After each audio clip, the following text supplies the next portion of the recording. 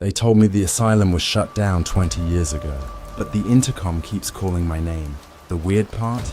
It doesn't use my real one. They told me the asylum was shut down 20 years ago, but when I unlocked the main doors last night, the lights were already on. I know how that sounds, like I'm making it up for clicks or sympathy. But I swear that first night at Ravenswood was real.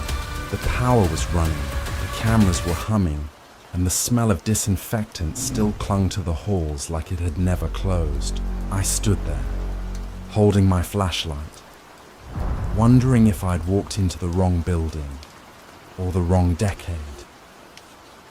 They hired me through an online posting. No interview, no background check, nothing. Just a phone call from a woman who never gave her name. She said they needed a guard for property preservation, to keep out vandals, squatters and thrill seekers. Easy money, 12 hours a night, 7 nights a week, and the kind of paycheck that makes you forget to ask questions. I didn't care that the job site was an asylum. I've worked worse places, junkyards, mortuaries, even a condemned mall once. I told myself, it's just walls and cameras, the people part's long gone. Still, something about Ravenswood didn't sit right the moment I drove up that cracked road. The main gate hung off one hinge, chain link fence torn like something tried to claw its way out. There were no security lights, just the dull glow of the moon spilling over a massive sign. Ravenswood Psychiatric Hospital closed since 2001, but the doors were unlocked. The moment I stepped in, I swear I felt watched, not by someone, but by the place itself. Like the walls recognized me, I told myself it was nerves, first shift jitters. The silence was thick enough to choke on. My footsteps echoed off the tile, bouncing through the halls until they didn't sound like mine anymore. In the control room, half the monitors were static. The others flickered with grainy feeds from the east wing, mostly empty corridors, dust motes floating like ash. The phone on the desk was dead, but the intercom system still worked. I tested it, just to hear my own voice cut through the building. Security check. Anyone on site? No answer. Of course not. The place had been empty for 2 decades. Still, I thought I heard something faint right after, like laughter. Small, quick. Could have been feedback. Could have been my imagination. I filled out the logbook left behind by the last guard. His handwriting stopped abruptly halfway through a sentence. Heard movement near ward, and then nothing. No signature, no date. Just a streak across the page like the pen had been snatched away mid-word. I laughed it off. Probably some bored guy trying to freak out whoever came next. But when I flipped back through earlier pages, I noticed something strange. The entries before his were mine. My name, my handwriting, my initials at the bottom of the page. I froze. I don't remember ever working here. Maybe it was a prank. Maybe they reused old logs. That's what I told myself anyway. I tried to focus on the patrol. First floor, clear. East hall, clear. The therapy rooms were stripped bare except for bolted down chairs. One still had straps on the arms. When I passed through the patient wing, my flashlight caught words carved into the wall. Don't look at the mirrors. I didn't look. Not then. Around 2 a.m. I stopped by the break room. Old coffee machine, dusty vending machine with shattered glass, and a corkboard covered in yellowed memos. One caught my eye. Reminder, Ward C is permanently restricted. No staff entry without clearance. Ward C. The name made my chest tighten, like I'd heard it whispered in a dream. I don't remember why, but I hated it. My hands were shaking. I almost tore the memo down, but something about it felt personal. I went back to the control room and checked the cameras again.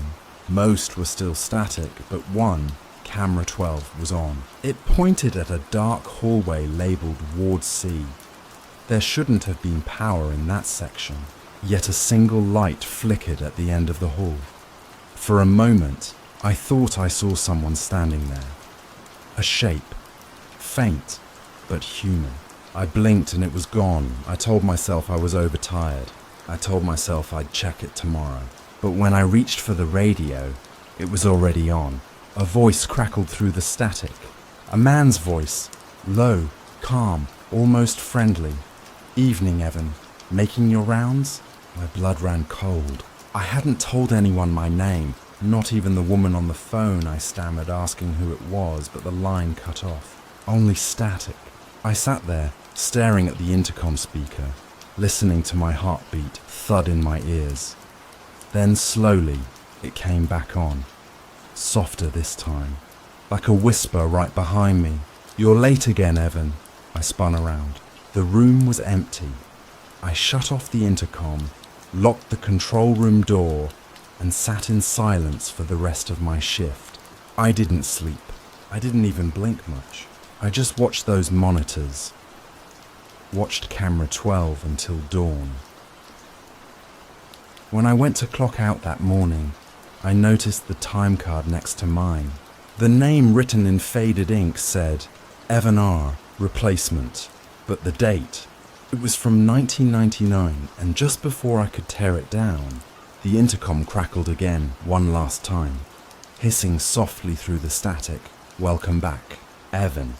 You ever wake up with a memory that doesn't belong to you, like a flash of someone else's life? Only you know it happened to you." That's how the second night started. I couldn't sleep after what happened with the intercom. Every time I closed my eyes, I heard it again. My name whispered like someone was crouched beside my bed. By the time I drove back to Ravenswood, the sun hadn't even set.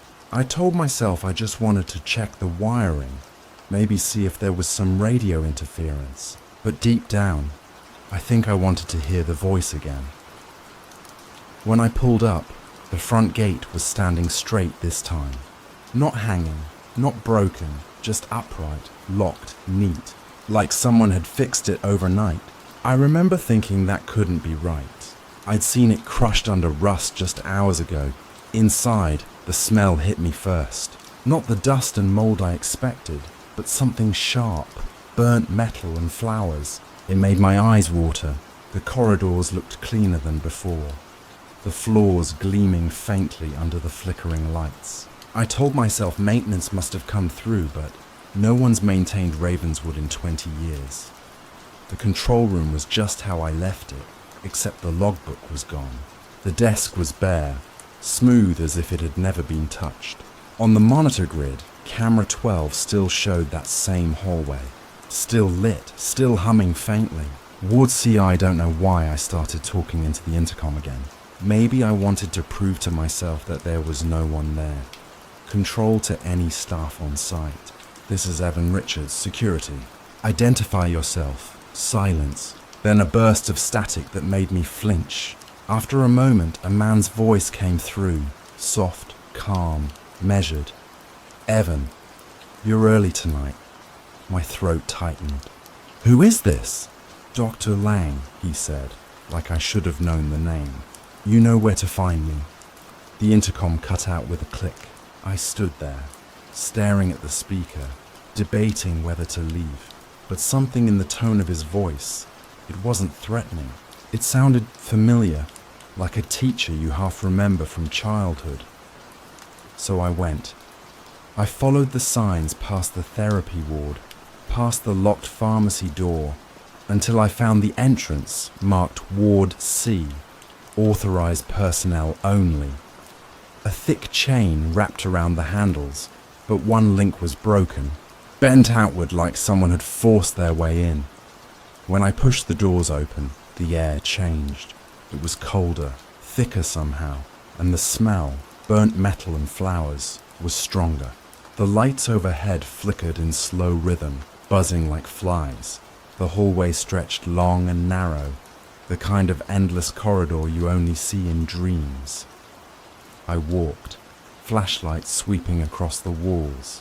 Every few steps I passed an old patient room. Some doors were sealed, others open, but all of them had mirrors on the far walls. Every mirror had been covered with a sheet of cracked glass, like someone tried to stop the reflections from forming.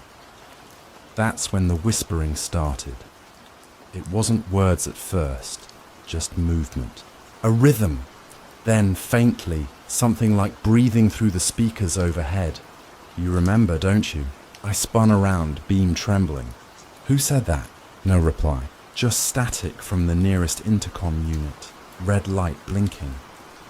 I should have turned back, but I didn't.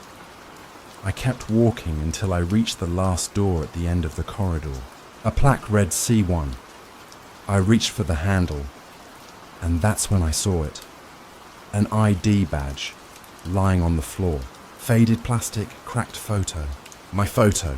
Name Evan Richards. Role patient. Admit date 09/14/1999. My chest went hollow.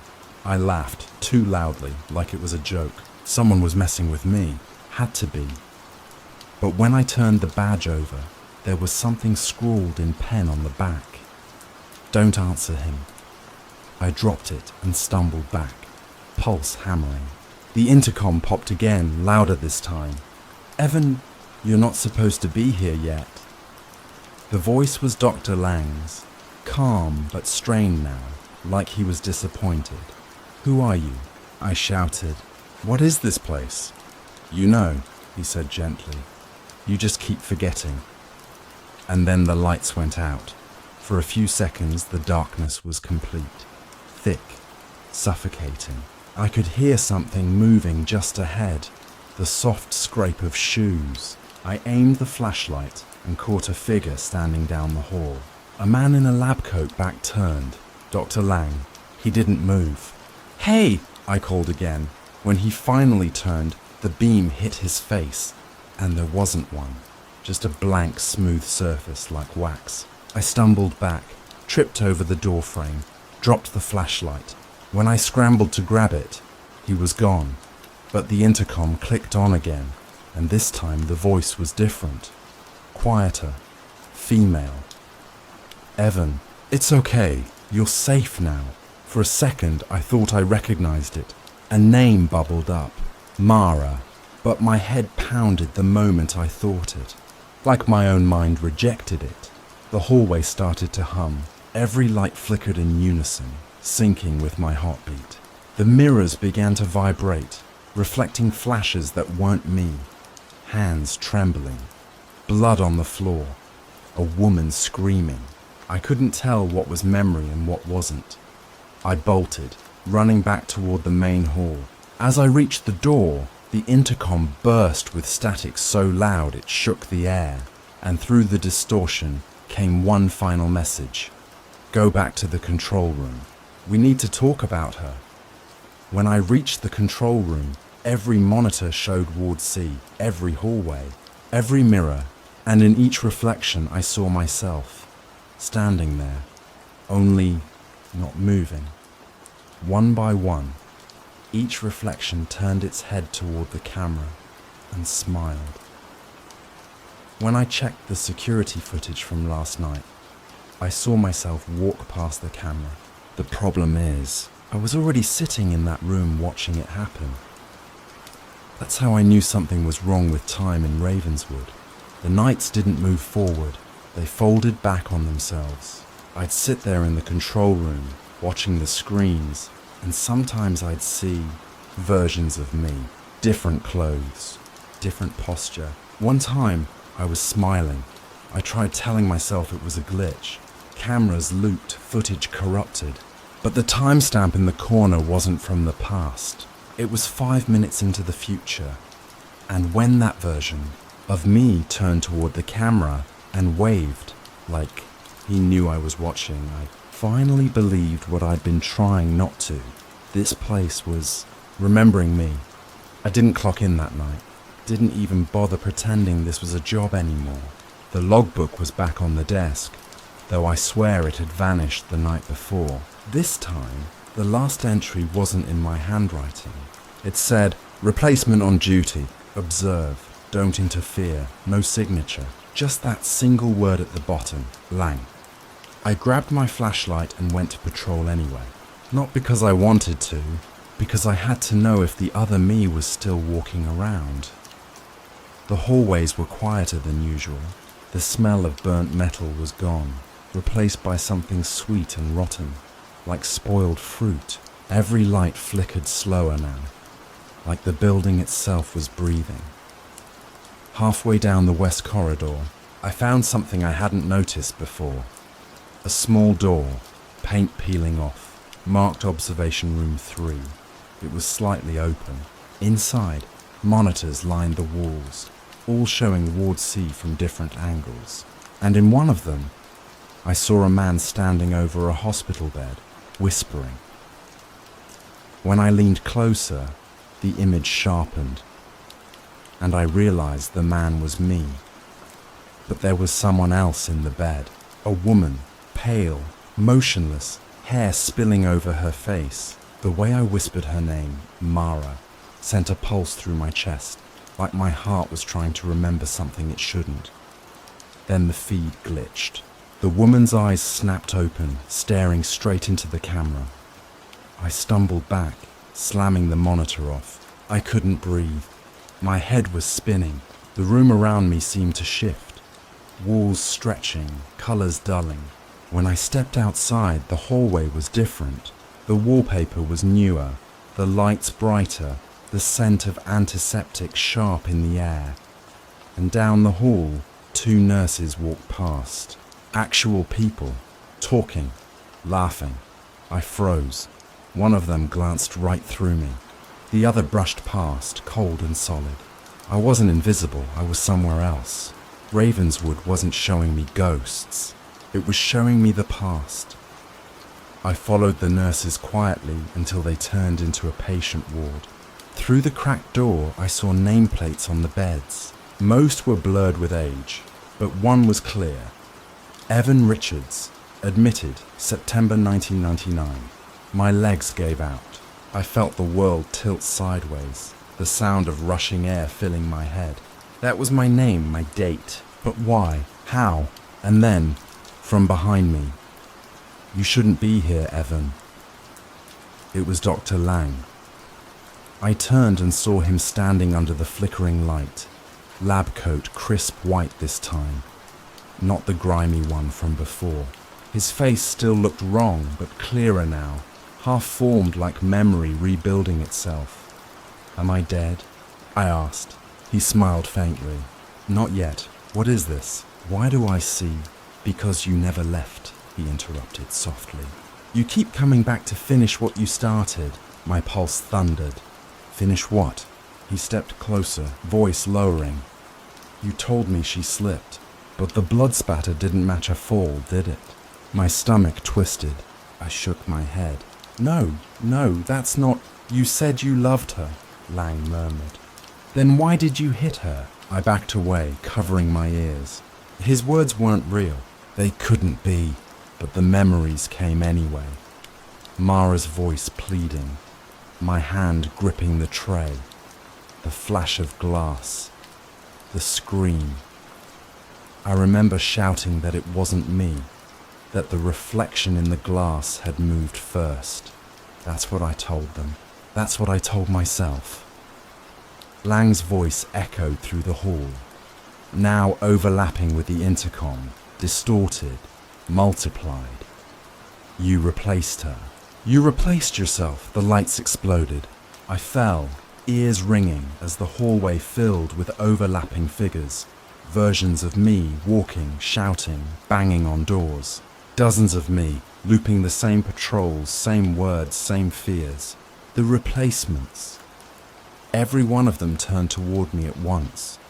"You shouldn't have come back." I ran, through the corridors, past the rooms that weren't rooms anymore, until I burst back into the control area. The monitors all showed the same thing. Me, sitting there, staring at the screens, expression blank. I reached for the power switch, desperate to cut everything off.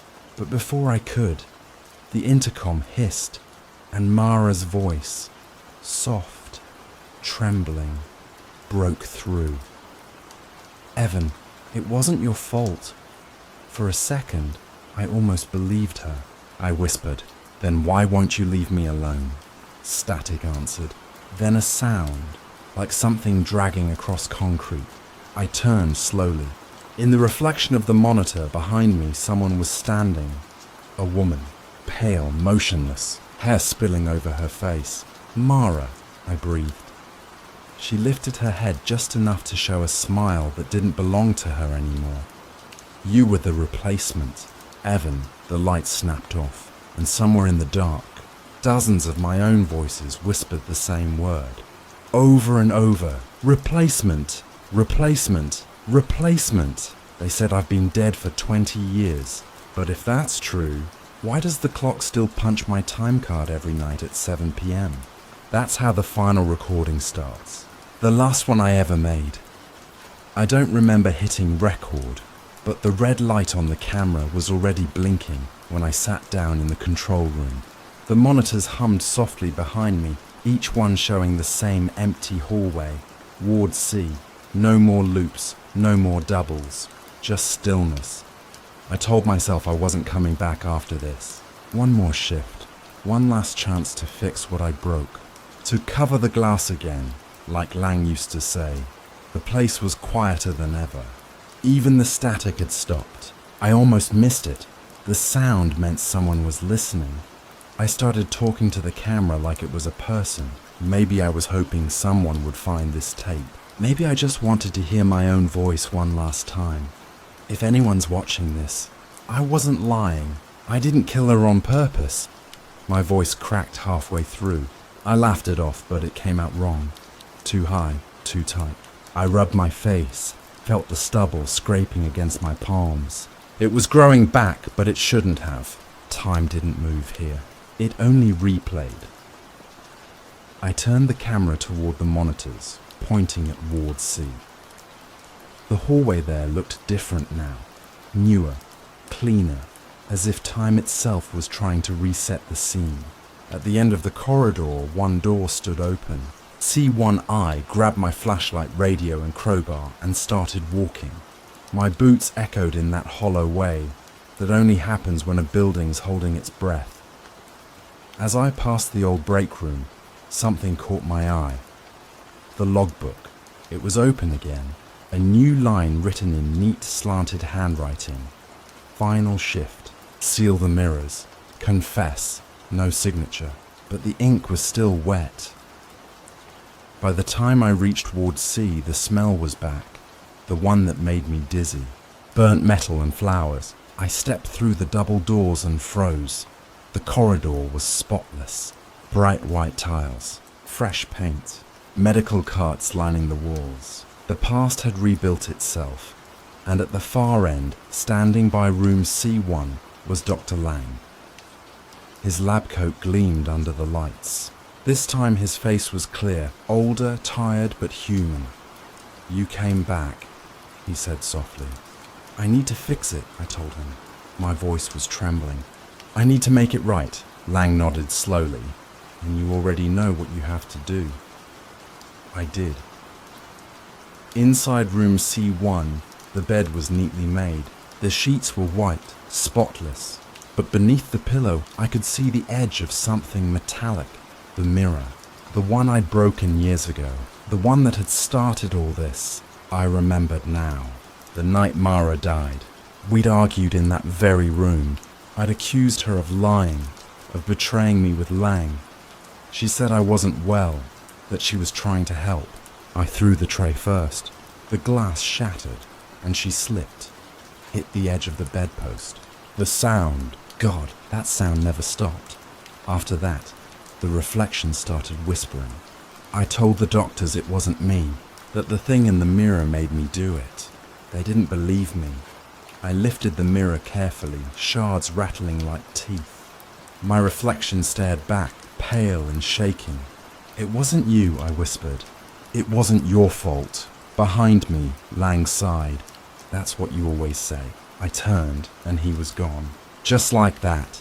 No footsteps, no door creak. The intercom crackled to life. "Evan," Mara's voice said softly, almost kind. "You can stop now. You don't have to keep doing this."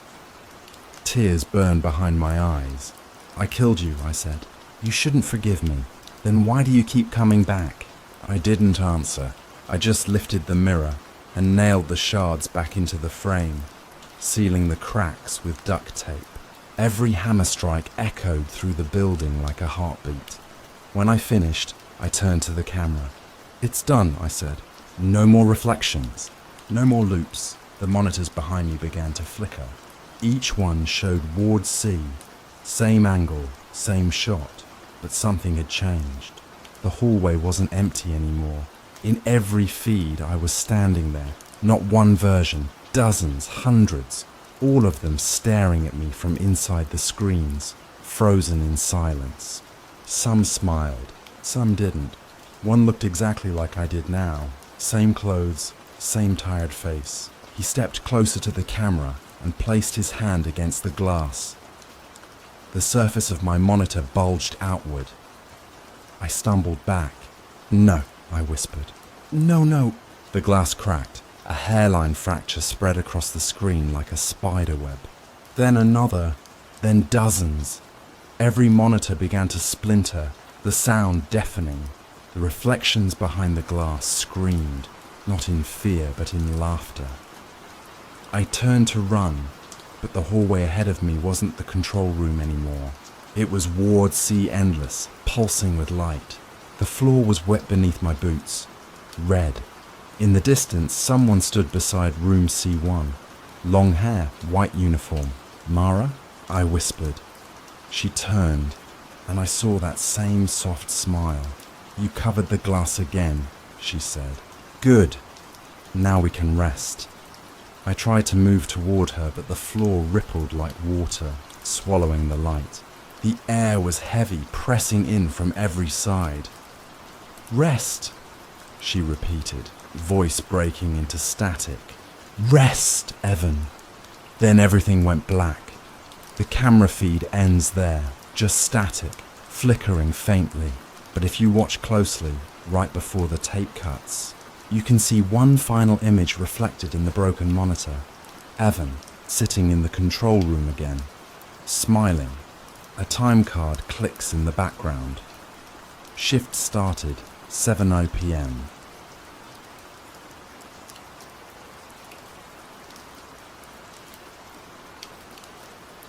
Story number 2. They told me the mall closed in '98. So why do I hear footsteps every night at 2:13? And before you ask, no, I'm not imagining things.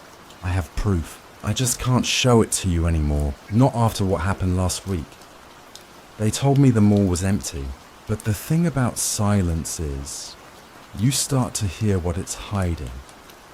I wasn't supposed to take this job. Everyone told me to stay away from Hanley Plaza, Detroit's biggest retail corpse. It closed in 1998 after some incident they never fully explained, but bills don't care about rumors. When the demolition company said they'd pay double for night coverage, I said yes before asking questions. The place was enormous.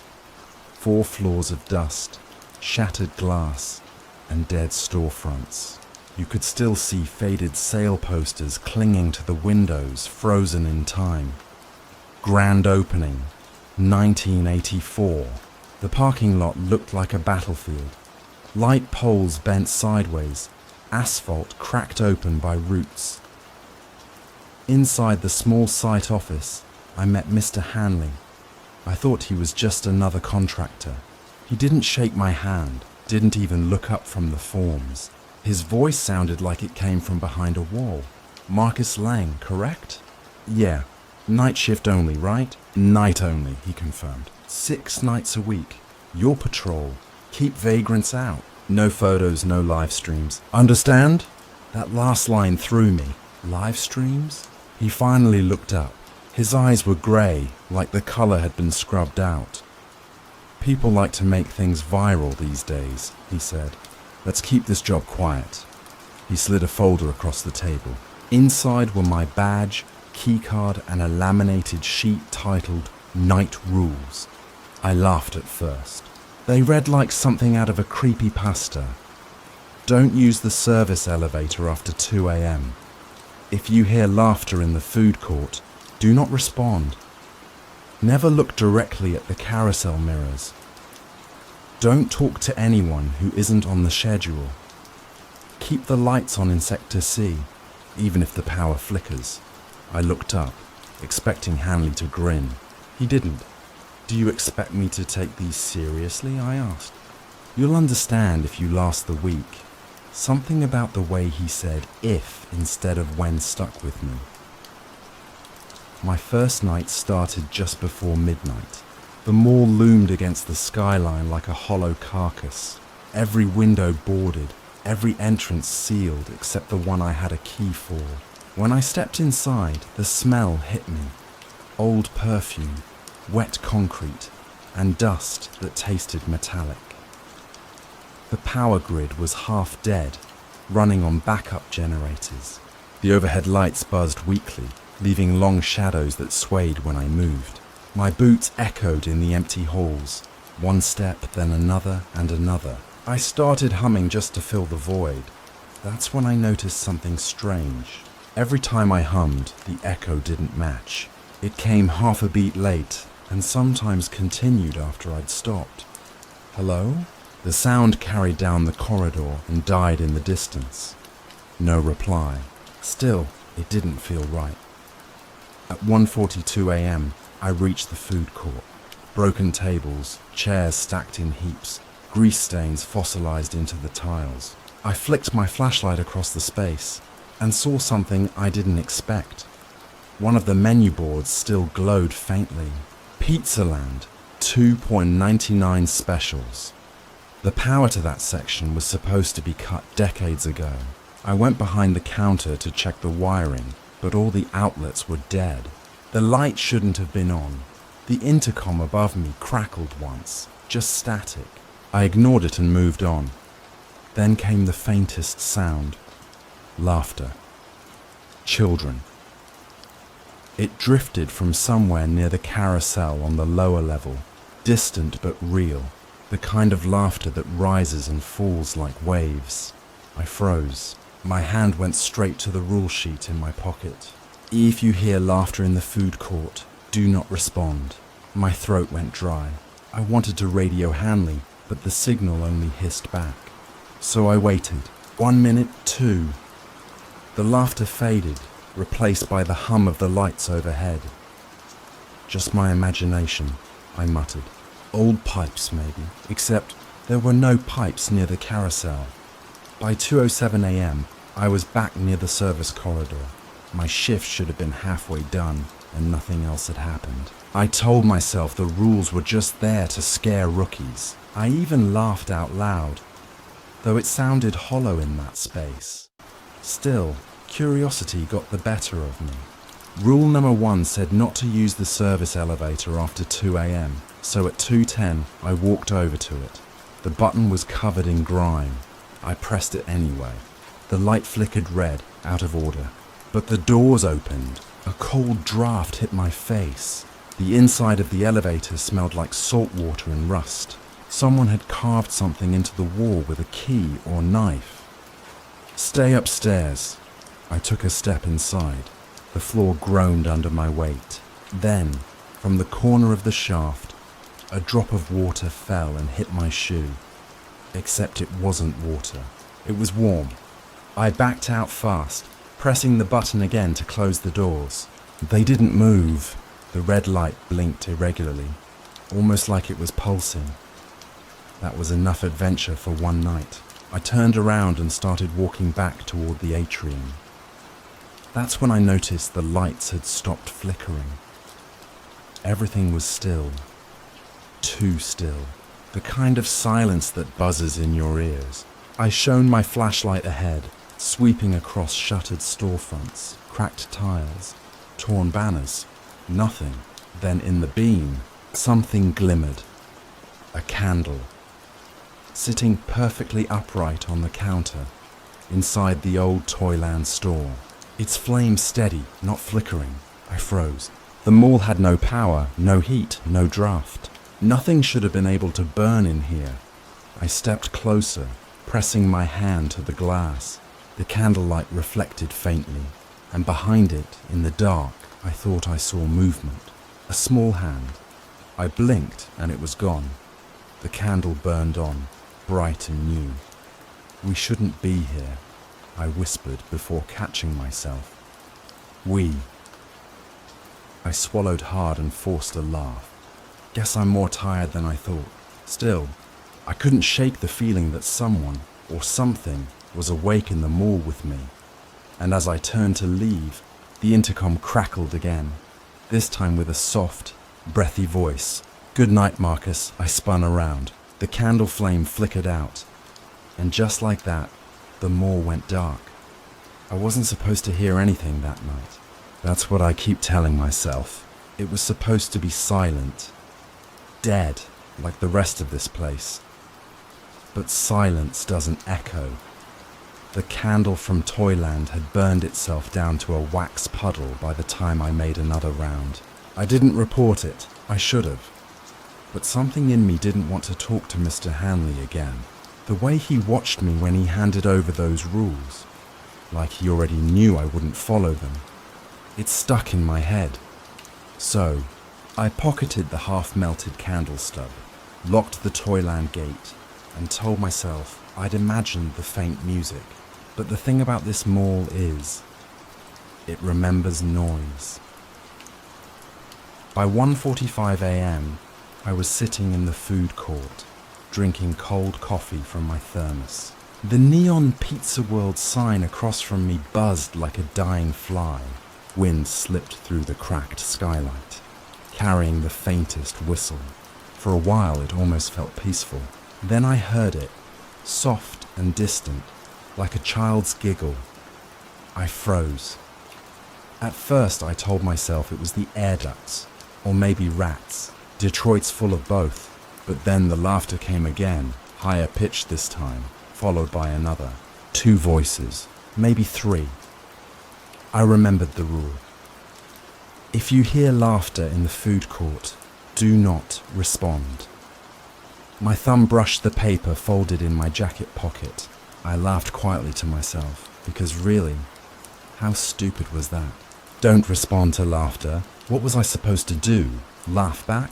Still, I felt my throat tighten. I called out anyway. "Hey, anyone there?" The laughter stopped.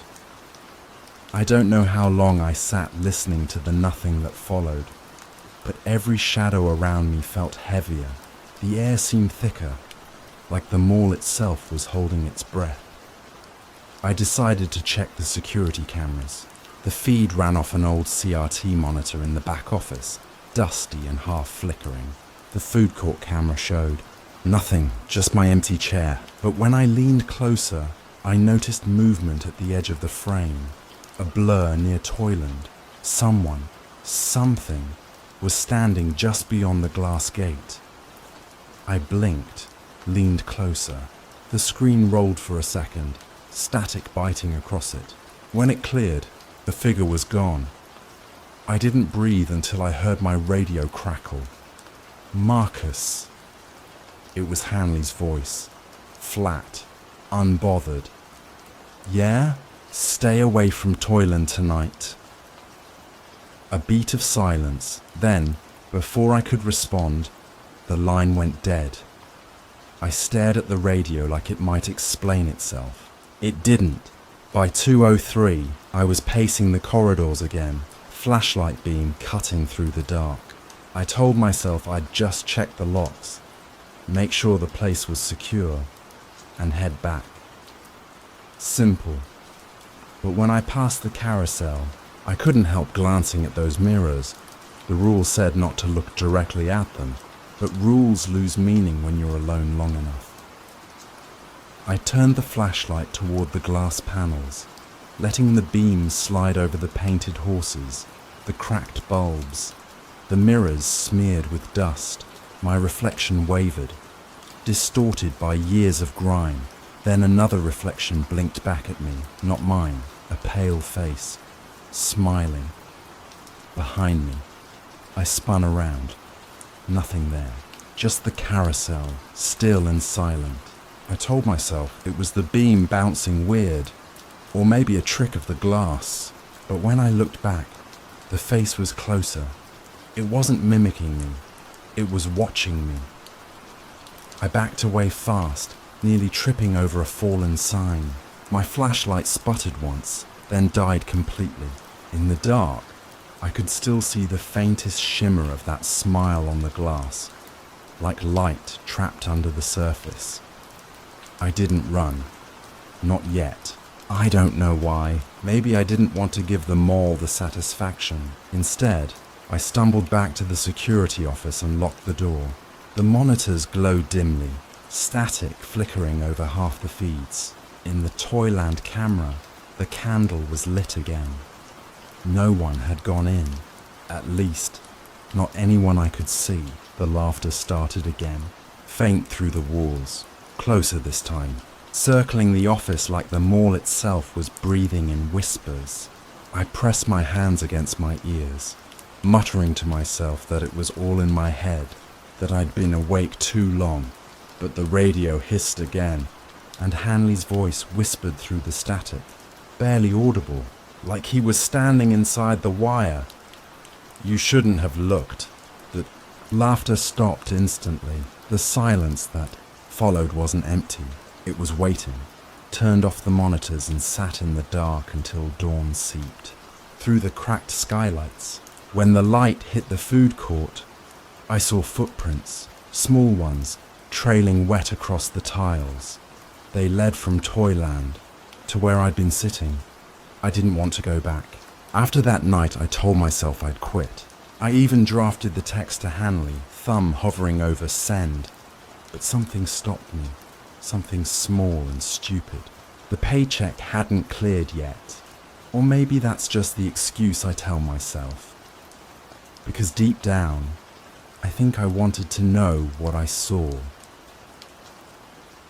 When I came back for my second shift, the mall was colder. The kind of cold that feels personal, like the air itself resents you.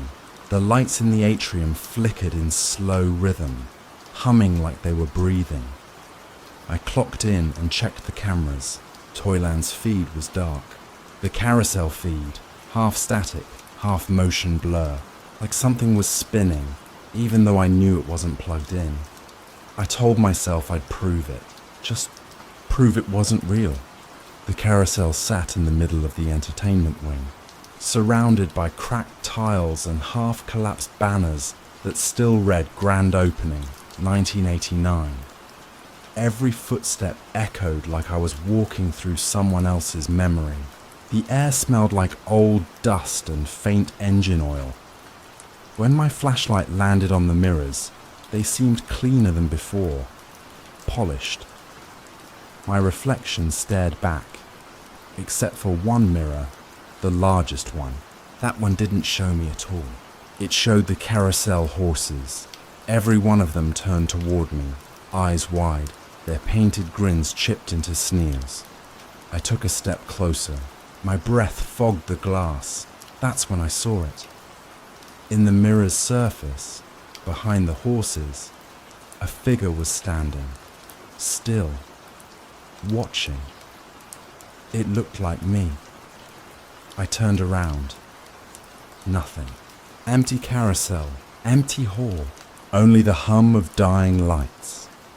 When I looked back, the reflection hadn't moved, but it was smiling now, teeth too white, too straight. My hands were shaking so bad I dropped the flashlight. It rolled, its beam spinning across the horses. For a split second, they all seemed to twitch, heads turning slightly, like they were following the light. I stumbled back and hit something solid.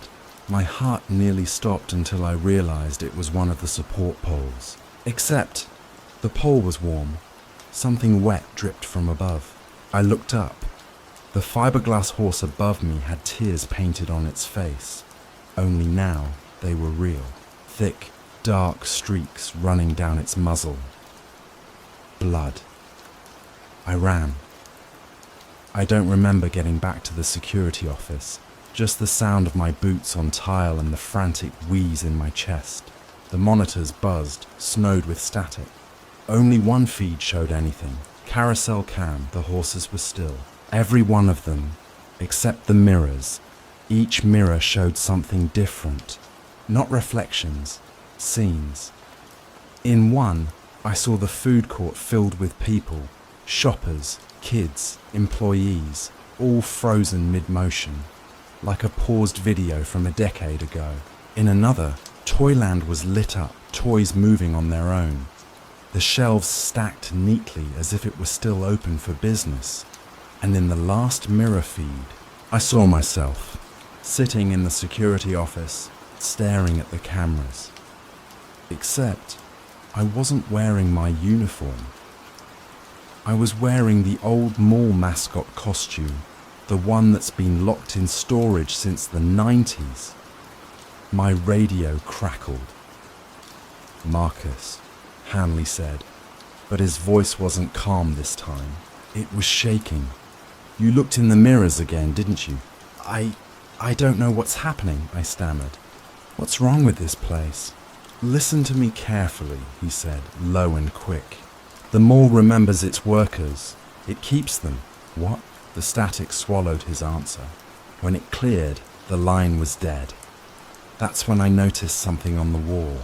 The rule sheet, the one Hanley gave me, was different. The ink had bled, the paper yellowed, but the text had changed. Rule number 3 used to say, "Never look directly at the carousel mirrors." Now it said, "If you see your reflection move, leave immediately." I tore it down, shaking, and that's when I realized the door to the office was open. I hadn't opened it. Something shuffled in the hall. Soft, dragging steps. I turned the flashlight toward the door. The beam landed on scuffed shoes, old and soaked, like they'd been walking through water, then legs, then a torso, and then my own face. The reflection from the mirror was standing in front of me, skin pale and smooth like wax. Its eyes were black, no whites at all. It tilted its head like it was studying me. I couldn't move, couldn't breathe. Then it whispered in my voice, flat, mechanical. "Shifts over." The lights went out. When they came back, the reflection was gone. So was the flashlight. But in its place, lying on the floor where it stood, was a cracked carousel horse's eye. Plastic, but wet, glistening like something alive. I don't remember leaving. I just remember the mall lights humming behind me as I drove away, my hands gripping the wheel so tight they hurt. When I finally looked at my reflection in the rearview mirror, I swear it smiled first. I didn't go back the next night. At least, that's what I told myself. But when I woke up, the mall keys were already in my pocket, and the security badge was clipped to my shirt. I don't even remember putting them there. My phone said it was 11:57 p.m., 3 minutes before my shift started. The car drove itself, or maybe my mind did. The streets of Detroit were empty, coated in a thin film of ice, reflecting neon lights that didn't belong to any working store. By the time I reached the mall gates, I wasn't even surprised to see the lights already on inside. Someone had clocked me in. The moment I stepped into the atrium, the smell hit me, something sweet, rotting and oddly familiar, like old popcorn soaked in bleach. The loudspeakers crackled overhead. Then came that music, the jingle, the one I'd only heard on security tapes. Bright, cheery, horribly out of place. Meet your friends at Hanley Mall, where the smiles never end. I froze. Hanley Mall. That's what this place was called before it shut down. And that name, Hanley, same as my supervisor. He'd never mentioned that before. The tune repeated, warped, slower now, like a record dying mid-spin. Then I saw it. A figure standing under the broken escalator, 7 feet tall, hunched, wearing something that looked like an animal costume, bright red and blue fur, a cracked plastic smile, oversized gloves, the mall's old mascot, Happy Harry the Beaver. I'd seen the costume once before, years ago. It was supposed to have been destroyed. The mascot tilted its head at me, just like the reflection had. "Hanley?" I whispered into the radio. "There's someone here. A costume. Is that you?" Static. Then, "Go to the basement, Marcus." It wasn't a command. It was a plea. The figure didn't move as I passed it, but its head followed me. Every squeak of its joints echoed down the corridor, like the air was amplifying the sound just for me. The basement access door was behind the old arcade. The padlock was broken. Inside, the stairwell reeked of mold and old coolant. I aimed my flashlight down, the beam disappearing into black. Halfway down, I heard footsteps following me, slow, deliberate, mimicking mine. When I stopped, they stopped. When I started again, they waited, one beat longer, before continuing. At the bottom was the maintenance corridor, low ceiling, flickering bulbs, water dripping from overhead pipes. My light caught something scrawled on the concrete in black marker. "Keep him smiling," dozens of times, over and over. Then I saw the doors, heavy steel ones, unmarked, lining both sides of the hall. Each had a small observation window. Inside the first room was a chair, a single wooden chair facing the wall. The second room, another chair, and another. But the third door was open. Inside was the mascot costume, or what was left of it. The fur was peeled away, revealing a mechanical skeleton underneath. Wires dangled from the arms, twitching faintly. Its jaw was still moving, open, close, open, close, like it was chewing invisible words. I took a step closer. That's when the jaw stopped, and a voice came from inside the costume's head. "Marcus," it rasped. "You're late." I stumbled back, slamming into the wall. I don't know who you are," I stammered. "You're not real." The mascot's hand twitched, pointing toward the corner of the room. There, half buried under a tarp, was a faded file box. I pulled it free, my fingers shaking. Inside were employee records, photographs, maintenance logs, all from 1991, and one photo stopped my breath. A group of mall staff posing in front of the carousel, smiling, all except one, standing in the back, his face half turned, wearing the same uniform I was wearing now. Name tag, Marcus Hanley. Security, Hanley. My supervisor. My name. Meet your friends at Hanley Mall, where the smiles never end. The voice was wrong, distorted. It was my voice now. I dropped to my knees, clutching my head.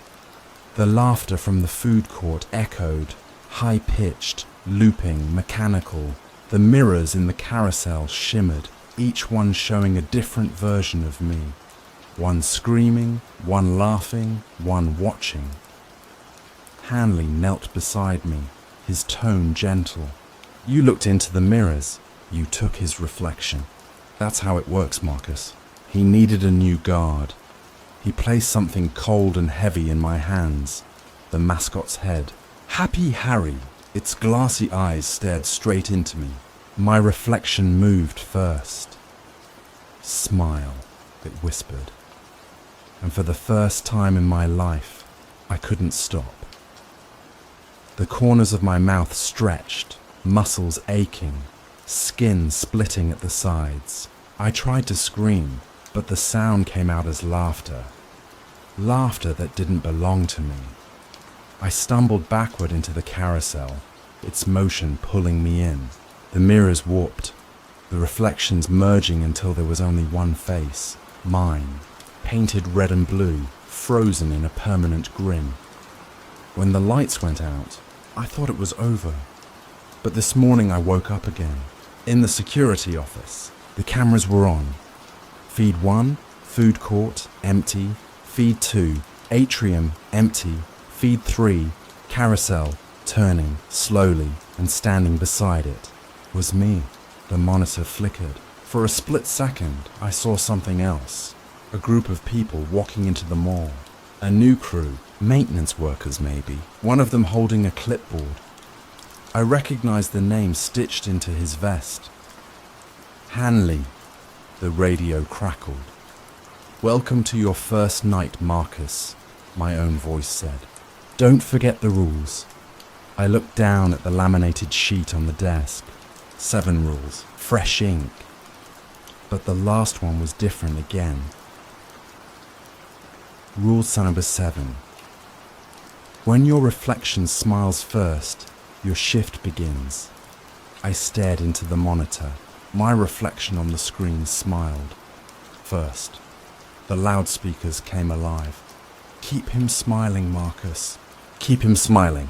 Story number 3, they say the night shift is quiet, but they never tell you why. And if you think I'm crazy for following the rules, then tell me why the fryer still sizzles when it's turned off, or why we're not supposed to look at the customer in window 3 after 2:17 am. No, really, tell me. Because I stopped following the rules last night, and now the cameras won't stop showing my face, even when I'm not there. You ever notice how every fast food place feels? The same at night, same buzzing lights, same smell of oil that never quite washes off your hands, same empty parking lot stretching into nothing. But there's something about this place, something that doesn't stop when we close. My name's Miles. I work the midnight shift at a burger joint off Highway 17. You've probably driven past it. Big yellow M that flickers like a dying heartbeat. I don't know why I'm recording this, I guess. I just need someone to hear it. Someone who doesn't already know what's going on. They told me it's normal to feel paranoid when you're alone that late. That the shadows play tricks. But shadows don't breathe, do they? When I first got the job, my manager, Donna, handed me this laminated sheet. The Midnight Operations Manual.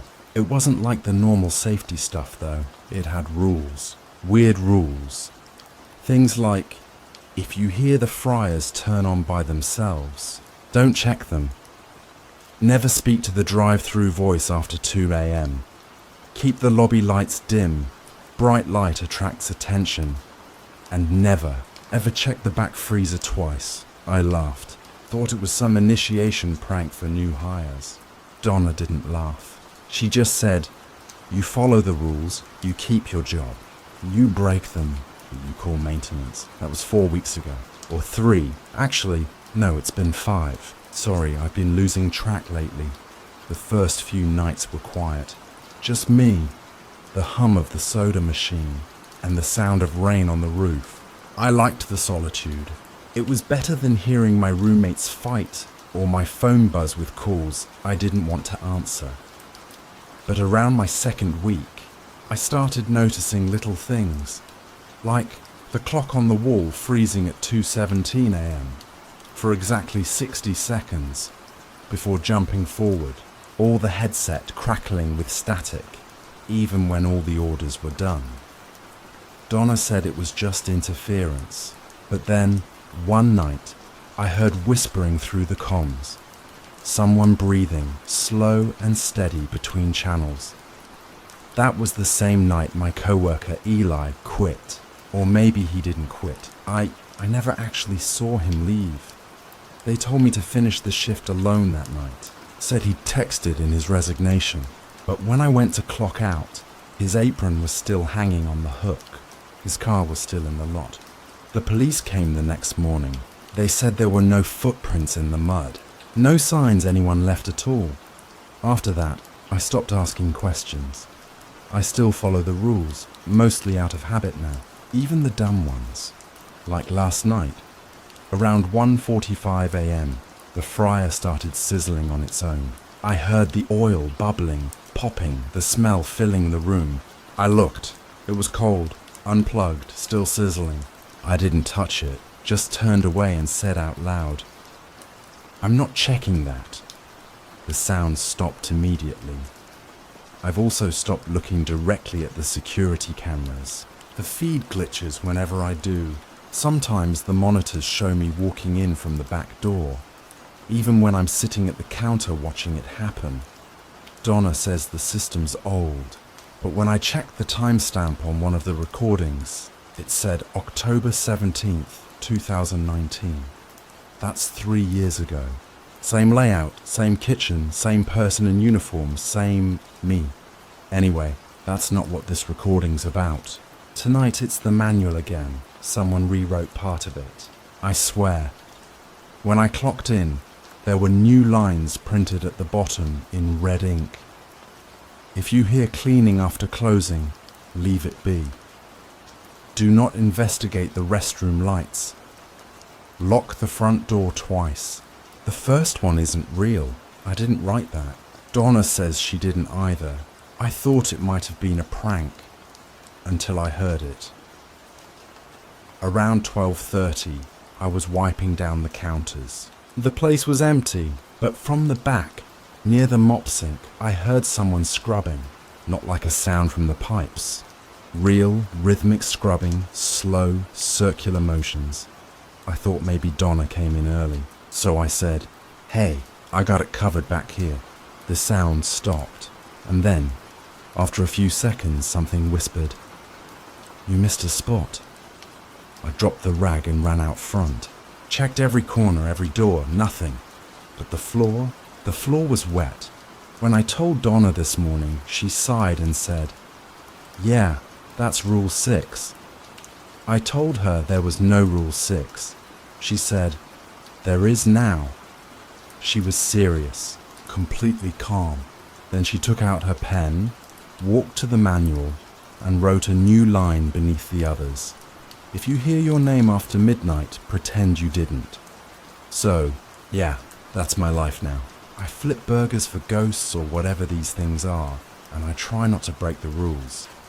People online keep saying I should quit, but you don't understand. When I tried once, I came home to find a delivery bag sitting on my porch.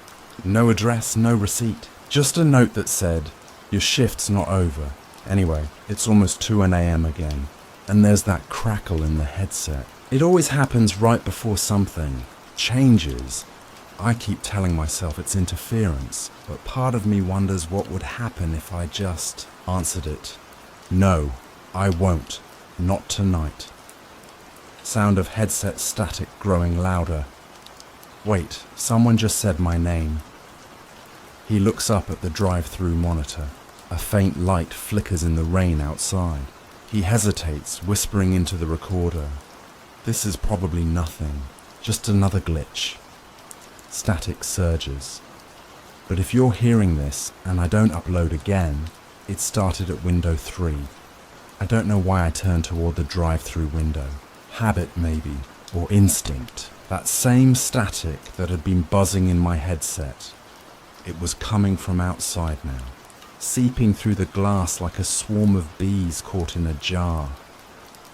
I stood there for a long time, staring into the dark lot beyond window 3.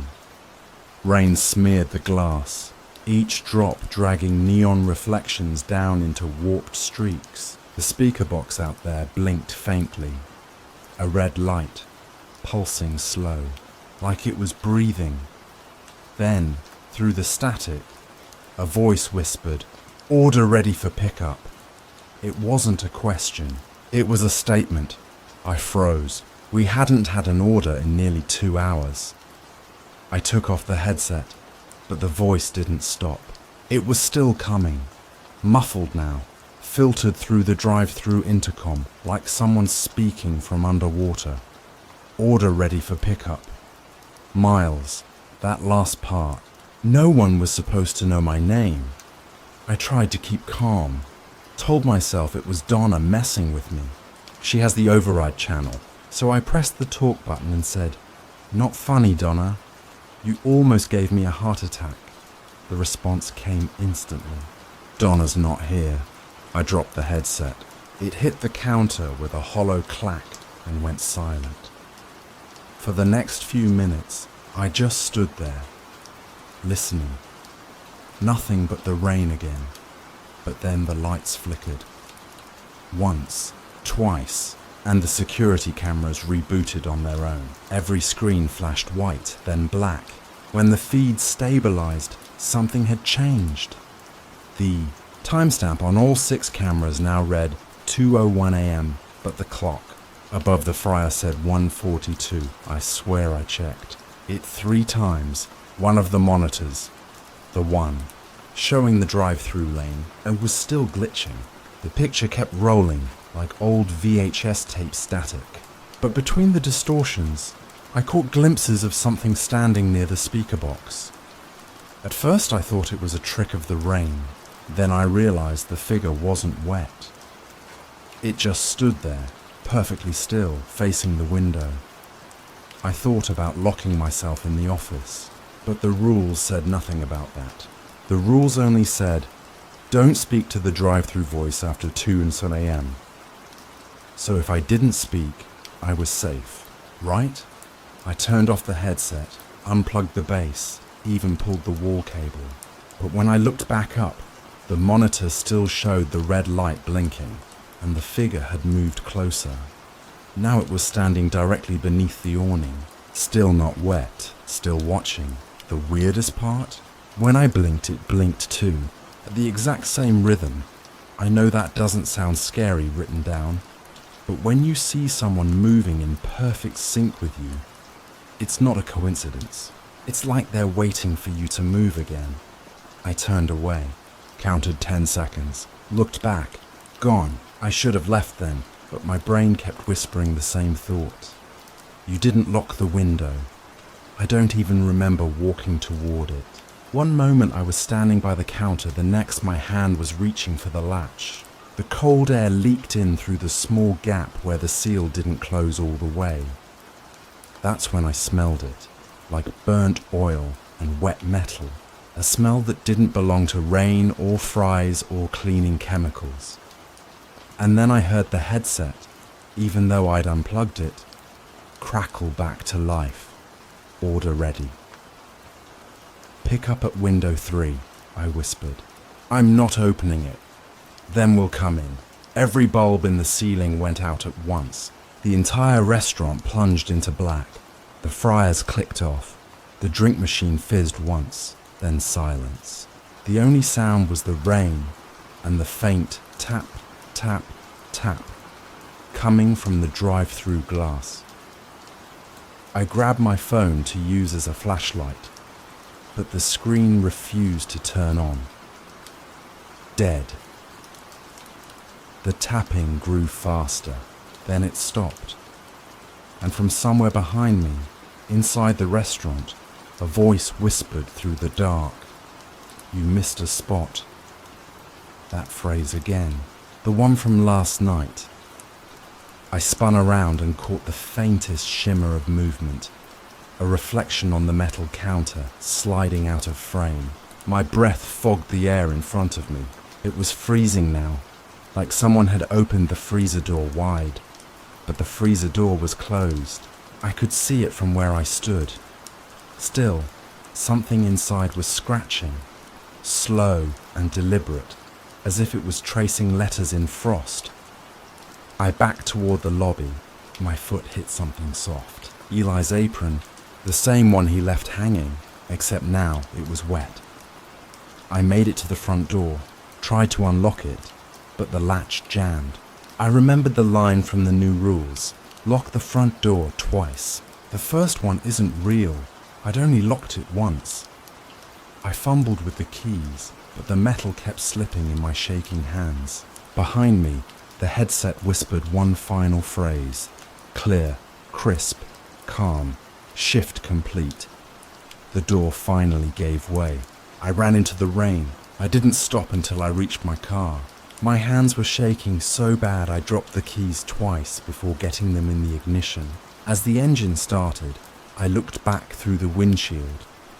The restaurant was dark, except for that one faint red light at window 3, blinking, steady, patient, and just before I drove off, the speaker crackled one more time, loud enough for me to hear through the storm. See you tomorrow night, Miles. I didn't go home that night. I drove around until sunrise, circling the empty streets of our small town like a ghost with nowhere to haunt. The rain followed me, heavy, relentless, drumming on the roof until I couldn't tell if the shaking in my hands was from fear or caffeine. When the first light hit the sky, I finally parked outside my apartment complex and just sat there. Every time I closed my eyes, I saw that red light blinking at window 3. Every time I blinked, I swore it blinked back. By the time I dragged myself inside, I'd convinced myself it had to be exhaustion, stress, a trick of light and too much overtime. But the smell followed me in. That burnt oil and metal smell, clinging to my hoodie like the place had marked me. I didn't tell anyone, not my manager, not Donna, especially not corporate. They already thought I was unstable after Eli quit. They said I'd been hearing things, taking too many breaks, showing signs of sleep deprivation. The funny thing is, they weren't wrong. That night, I told myself I wasn't going back. But when 11:45 p.m. rolled around, I was standing in uniform at the staff door, key in hand, pretending I had a choice. Maybe it's the paycheck, maybe it's pride, or maybe, and I hate saying this, maybe I just wanted to see it again. When I unlocked the back door, the smell hit first. Fryer oil, bleach, something sweet beneath it, like syrup left too long on a hot surface. The lights were already on. I didn't turn them on. Someone had cleaned. Counters were spotless. Floors gleamed. Even the sink was dry, except there was one thing off. The camera monitor above the register was already running, looping the previous night's footage. At least, that's what I thought. It took me a full minute to notice the timestamp. 2:11 a.m. And there I was on screen, standing at the drive-through window, staring out into the dark. I felt my stomach knot up. That couldn't be live footage. It was me from yesterday. But then the version of me on the monitor turned its head, slowly, and stared directly at the camera. I stumbled back. The stool hit the counter with a clang, echoing through the restaurant. I looked up again, expecting the feed to cut or glitch. It didn't. The me on screen smiled, and then he raised his hand and waved. I tore the plug from the wall. The monitor went black, except the reflection didn't vanish. For a second, I could still see him. My own outline, burned faintly into the screen like a ghost image. I tried to laugh it off, but it came out sounding like a sob. Around 1:50 a.m., I started hearing the soft hum of the freezer again, that familiar mechanical rumble. Only this time, there was a rhythm to it, like breathing. I kept repeating to myself, just 15 minutes till 2. Just make it to 2. I thought of the rule. Don't speak to the drive-through voice after 2 a.m., but no one ever said what happens before that. I turned toward the window. The parking lot was empty. Rain still fell, but lighter now, almost gentle. Then I saw it, in the glass of the drive-through window, my reflection. Except my reflection wasn't moving like me. I leaned forward. It leaned back. I tilted my head. It stayed still, and when I whispered, "Who are you?" it smiled. I stumbled away, grabbed the mop handle like it could protect me. Behind me, the headset buzzed faintly. I didn't touch it. Not again. But the reflection, or whatever it was, lifted its hand and pointed behind me. I turned around. The freezer door was open. The light inside flickered, swinging shadows across the floor. Something glistened on the tiles. Water! No, oil. The same slick trail leading from the freezer to the counter, as if something had been dragged. I followed it with my eyes until it disappeared under the prep table. I crouched, slowly. There was a shoe under there, Eli's shoe, still wet. My heart slammed against my ribs. When I stood, the camera monitor flickered back to life. on its own. Static hissed, and through the blur I saw the drive-through again. This time, two figures stood under the awning. One was the reflection. The other, Eli. He looked pale, soaked, his eyes completely black in the low light. And when the speaker crackled, his voice came through. "You didn't lock it twice, Miles." I threw the headset across the room, but it didn't matter. His voice was in my head now, repeating, layered, distorted, like a recording looping itself. Shift complete. Order ready. Lock it twice. The cameras blinked again. The reflection on the monitor leaned close, almost pressing its face against the lens. And in that moment, I saw it clearly. The same scar on the eyebrow, the same chipped tooth, the same exhausted eyes. But there was one difference. His uniform tag didn't say Miles. It said Eli. The power went out. The screen faded to black. And from somewhere inside the freezer came a faint, steady knock. One beat every few seconds. I think that's when I realized something I'd been refusing to admit. Eli never quit. He never left. And whatever I've been seeing, whatever's been answering me through that drive-through, it knows my name because it's wearing my face. I don't remember driving home that night. One moment, I was standing in front of that dead monitor, staring at the black screen like it could swallow me whole.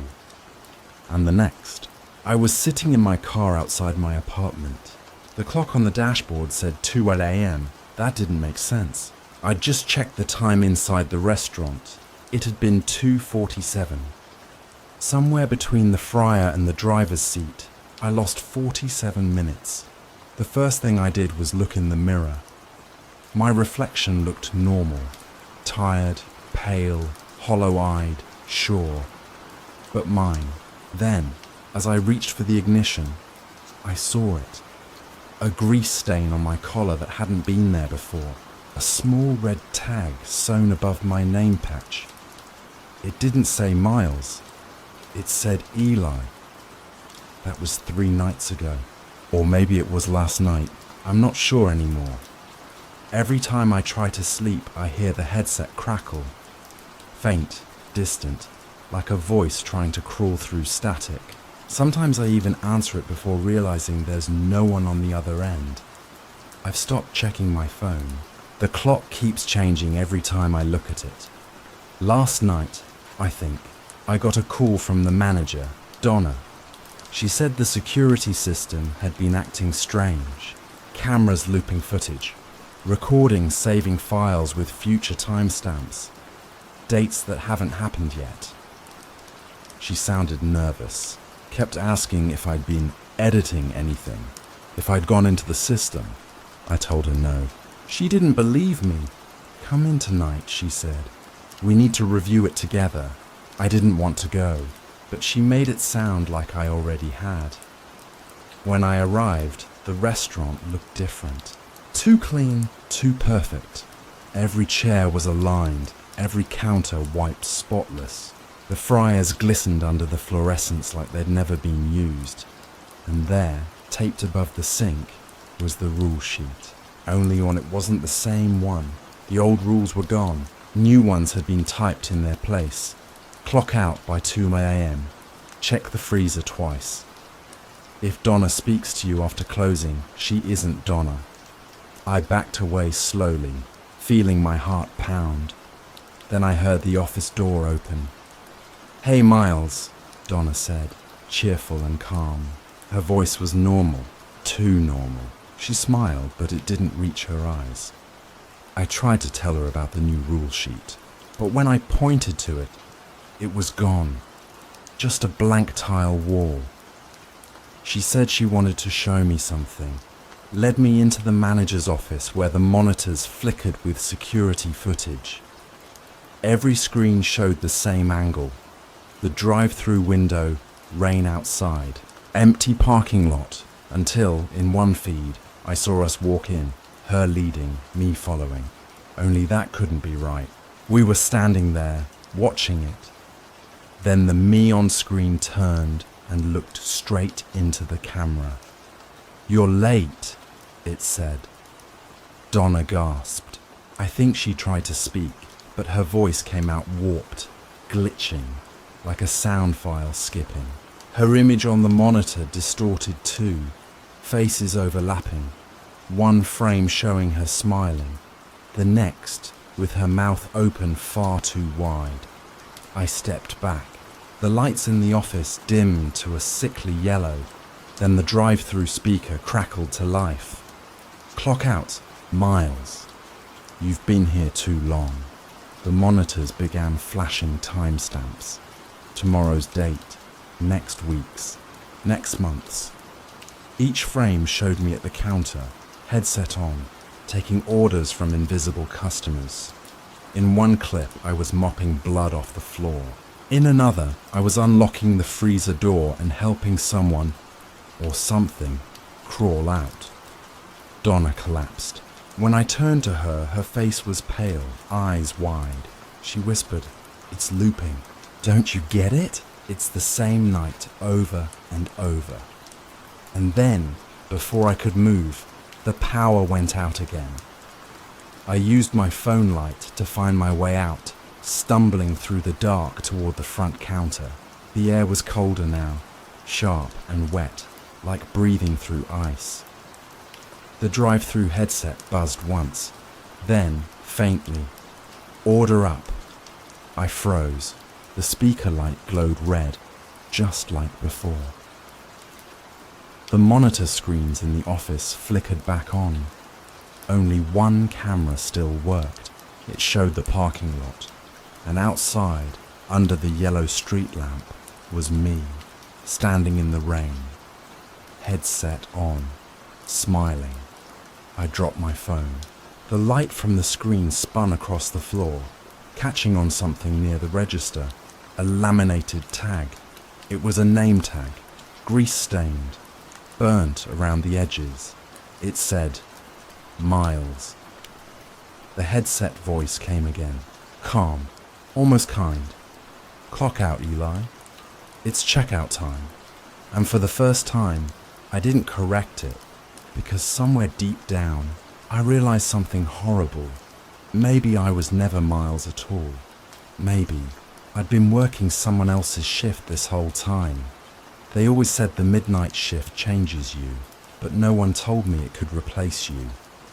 I came back tonight because I had to.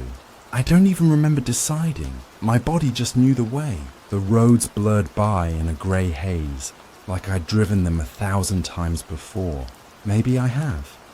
When I parked, the restaurant was already lit from the inside, but I hadn't clocked in yet, and through the fogged window, I saw someone moving, wearing my uniform.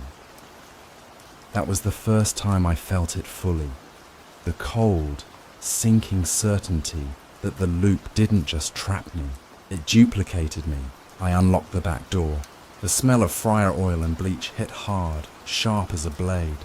My reflection in the stainless steel looked different. Tighter smile, darker eyes. On the counter sat 2 name tags, Eli and Miles, mine and his, but I couldn't remember which one I'd worn first. The headset crackled. "Order up." My stomach turned. That voice, I knew it. Not the tone, but the rhythm, the breathing between words. It was me. I pressed the talk button. "Who is this?" Static. Then, "The one who stayed." The words echoed through every speaker in the restaurant, overlapping like feedback. The lights flickered. The fryer hissed, empty but bubbling, as though something invisible cooked beneath the oil. The freezer door was open again, and the air spilling out was thick, foggy, alive. Every instinct screamed to run, but there was nowhere to go. Every window showed the parking lot repeating itself like a looped film reel. Rain falling, street lamp humming, my car parked, and my silhouette inside it, head tilted, smiling. I think I started talking to the camera at that point, not to record evidence, just to prove I existed. Okay, I whispered, staring at the lens. My name is... And then I froze, because I couldn't finish the sentence. It wasn't that I forgot. It was that the name felt wrong, like wearing someone else's skin. The camera light blinked red. Recording. And from the monitor behind me, a voice whispered, perfectly matching my tone. My name is Eli. I spun around, and there I was again, on the screen. But this time, it wasn't a reflection. He was standing behind me in the feed. I turned. Nothing. When I looked back, he'd moved closer. His face was mine, but older somehow. Grease-stained. Eyes sunken deep into grey circles. His smile never wavered. You didn't clock out, he said. Someone had to stay. I ran, pushed through the kitchen, toward the back exit. Every step echoed. Too loud, like someone else was running beside me. I reached the door and slammed my key into the lock. It didn't turn. Through the reflection on the metal surface, I saw him walking up behind me, slow, calm, and then, softly, "You're not supposed to leave, Eli." His hand touched my shoulder, freezing cold. I turned, ready to fight, but the second I did, he vanished. The room was empty again. That's when the intercom clicked on, all on its own. Every speaker in the place hissed alive. 100 voices, my voice, whispering, chanting, overlapping in perfect sync, shift complete, order ready, clock out. The lights dimmed to a deep red glow. The fryer oil shimmered, and for the first time I saw shapes moving inside it. Limbs, faces, uniforms, all of them me. I dropped to my knees. Something inside me broke, or maybe finally remembered. I wasn't the new guy. I wasn't the survivor. I was the copy. The one they made to keep the place running when the real Eli vanished into the freezer. The rules weren't warnings. They were containment protocols. I don't know how long I sat there. The static faded into quiet. The hum of the freezer slowed until it was almost gentle, like breathing again. When I stood, I was calm, empty, ready. The drive-through speaker blinked red. "Welcome back, Miles." I smiled, because now I understood. The loop wasn't punishment. It was maintenance. Someone always has to work the midnight shift. I walked to the counter, adjusted my name tag, the one that said Miles, and pressed the register key. The headset fit perfectly over my ears. Outside, headlights pulled into the lot. A new car. A new hire, probably. I took a deep breath, straightened my uniform, and said into the mic, "Welcome to Burger Box. Can I take your order? Story number." When I joined the volunteer fire department, I thought the rules were a joke, like initiation stuff. But then I broke rule no. 3, and I swear to God, I watched my own captain burn alive without fire. He was screaming, but nothing touched him. And the worst part? The others just watched, like it was normal. You ever hear a man scream while his shadow burns before he does? No? Then you've never been to Dry Creek, Texas. You ever drive so far out into the desert that your radio just gives up? No static, no music, just silence. Like even sound doesn't bother living there anymore. That's where Dry Creek starts. A town so empty, even the road signs look like they want to leave. When I first got there, I told myself it was just a fresh start. New job, new people, new me. That's what I said out loud. But really, I was just running from the last fire I couldn't put out. The town sits in the middle of nowhere, surrounded by fields of sunburnt grass and windmills that don't spin anymore. You'd think a place like that wouldn't even need a fire department. But when I walked into Station 19, peeling red paint, windows fogged from old smoke, it was buzzing like the heart of something still alive. 5 guys sat around a folding table, laughing over cold coffee, until I walked in, then they stopped. The man at the head of the table stood up, grey beard, weathered face, and eyes that looked like he hadn't seen real sleep in years. "Carter?" he asked. "Yes, sir," I said, trying to sound like I'd done this before. "Captain Brooks," he said.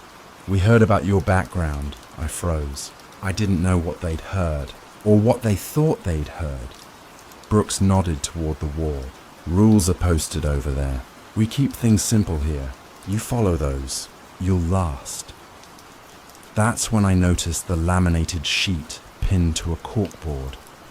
7 bullet points in faded black marker. The 7 rules of Dry Creek Fire Department. They looked harmless, dumb even. Rule number 1, always answer the call. Rule number 2, never go alone. Rule number 3, don't answer a call with no name. Rule number 4, don't look in mirrors after a night fire. Rule number 5, don't let them touch your gear. Rule number 6, if you smell smoke but see no fire, run. Rule number 7, redacted. The last line was blacked out, thick ink, like someone had tried to erase a word they didn't want remembered. I chuckled. "What's this, some kind of hazing thing?" Nobody laughed. Not even the kid in the back, who looked barely 20. Brooks said, "They're not jokes. You'll understand soon enough." That night I was given a bunk upstairs, just me, an old mattress, and a flickering fluorescent light that buzzed like a dying wasp. The firehouse smelled like diesel and sweat, but under that, something else, like burned wood that never cooled down. I should have slept, but I couldn't. I kept staring at that list, thinking about how serious everyone looked when they read it. The blacked out rule bothered me the most. It wasn't just hidden, it was erased. Around midnight, the silence of the station broke. Someone was moving downstairs, boots on concrete. I grabbed my jacket and headed down. The main bay was dim, only one light over the trucks. Captain Brooks stood by the board, hands behind his back, staring at the rules like they were scripture. He didn't turn when he spoke. "Can't sleep?" "Not used to the quiet," I said. "Back in Dallas, the sirens never stopped." He nodded slowly. "Quiet can be louder than any siren, son." I waited for him to laugh. He didn't. After a while, he said, "You read the rules?" "Yeah. Kinda weird, but sure." "Good. Memorize them before the next call." I shrugged. "Shouldn't be hard. I've followed plenty of rules before." That got his attention. He turned, eyes narrowing just a bit. "And how'd that work out for you?" I looked away. It could have been worse. He studied me for a moment, then said quietly, "In this town, we follow those rules because we learned what happens when we don't. The fire here, it doesn't just burn wood." That made me laugh before I could stop myself. "Right, it burns souls, huh?" He didn't laugh back. He walked to the board, tapped the blacked out line. "You want to know what the last rule says?" "Sure," I said. "You can't," he replied. "Not yet. Why not?" "Because you only learn it when you survive it." The way he said "when you survive it" hit wrong, like he wasn't sure I would. He left me standing there, staring at that sheet of rules glowing under the single flickering light. I thought about my old team, about the call I didn't answer in time, about the fire that moved too fast, too smart, like it knew where we'd run. The next morning, I woke to the sound of the station alarm. It was faint at first, then louder, sharper, mechanical, but almost alive. My first call in Dry Creek. The others ran for the truck, but as I reached for my gear, my hand hesitated. The radio crackled to life. A dispatcher's voice, female, calm, practiced. "Station 19, Barnfire, Route 6, no name given." Brooks froze in the doorway. Everyone looked at him. He stared at me for a long moment, then said, "You remember rule number 3, Carter?" I nodded slowly. Yeah, don't answer a call with no name. He gave a grim smile. Good. Then pray it's not for you. As the truck roared to life and the siren wailed into the dawn, I felt something twist in my gut. Something cold. Because for the briefest second between the bursts of radio static, I could have sworn I heard my own voice whisper back through the speaker. Eli Carter. Barnfire, Route 6. The siren tore through the quiet like a scream that didn't belong to the living. Out here, even sound carried differently. Thin, stretched, desperate. The road to Route 6 cut through endless fields of wheat gone brittle from drought. The headlights carved tunnels through the dust, and every time the beam hit a fence post, it looked like a figure waiting just beyond the glass. I sat in the back of the engine, clutching my helmet tighter than I should have. Nobody spoke. Not the captain, not the kid they called Webb, not even Gus, the oldest of the crew, whose face looked carved from ash. It wasn't silence like calm. It was silence like they'd all been here before. Finally, I broke it. So, this call's got no name, right? Webb shifted uncomfortably. Sometimes dispatch gets it wrong. Captain Brooks didn't look back. Sometimes, he said flatly, it's not dispatch. The engine hit a bump, and my stomach did too. We crested a small hill, and there it was, a barn in the distance, glowing faint orange, like a heartbeat pulsing through smoke. But something about it was off. The fire wasn't spreading. It was staying still. Gasoline fire? I asked. Brooks didn't answer. He killed the siren, but left the engine idling. The field was dead silent except for the clicking of metal cooling in the truck. Stay sharp, he said finally. Nobody goes in until I say. We stepped out. The air was thick with heat, but smelled wrong, sweet and metallic, like blood drying on iron. The fire wasn't roaring or crackling. It just moved, slow and steady, like it was breathing. Brooks raised his flashlight and called out. Anyone inside? No answer, just the soft hiss of burning hay. Then, something. A faint sound. Not from inside the barn, from the radio. A whisper. My name, Eli Carter. Come in. The voice was mine. I froze. My throat went dry. Captain, did you hear that? He didn't even turn. Keep your radio off local. They'll use your name if you let them. They? I asked. He ignored me and motioned for Gus and Webb to flank the barn. I followed, trying not to look too shaken, but the hair on my arms stood up, like I'd stepped into static. The barn door was half open, and through it I could see the glow of the fire. It wasn't touching the walls or the beams. It just hovered, flickering like a living thing caught in a jar. Jesus, Webb whispered. It's burning the air. Then came the smell, sharp, acrid, almost electric. And under that, something else, something human. Brooks's voice cut through. Nobody crosses the threshold, not unless we know what's burning. I took a step forward anyway, instinct kicking in. Old training. Firemen don't just watch a blaze. We fight it. The captain's hand shot out, grabbing my shoulder. His grip was steel. Rule no 3, he said, eyes locked on mine. Don't answer a call with no name. I'm not answering, I said. I'm doing my job. He didn't let go. That's what the last one said. Then we heard it. The scream. It came from inside the barn. A man's voice, hoarse, terrified. Help, please! I lunged forward, but Brooks yanked me back. Stay put. He's alive in there. Listen, he barked. The scream came again, but now it wasn't quite right. The words were stretched, wrong in the mouth, echoing too deep for the size of the barn. And then my name again. Eli. Please help me! My body went cold. It was my voice again, coming from inside the flames. Gus muttered something under his breath and crossed himself. The captain stepped forward, eyes hard. Back in the truck, now! Nobody argued. As we reversed down the dirt road, the barn still stood, glowing like an ember that refused to die. The radio crackled again, static and whispers intertwined. "Rule 7, a voice said softly. "You don't survive it twice." Brooks snapped the radio off. His jaw was clenched tight enough to crack teeth.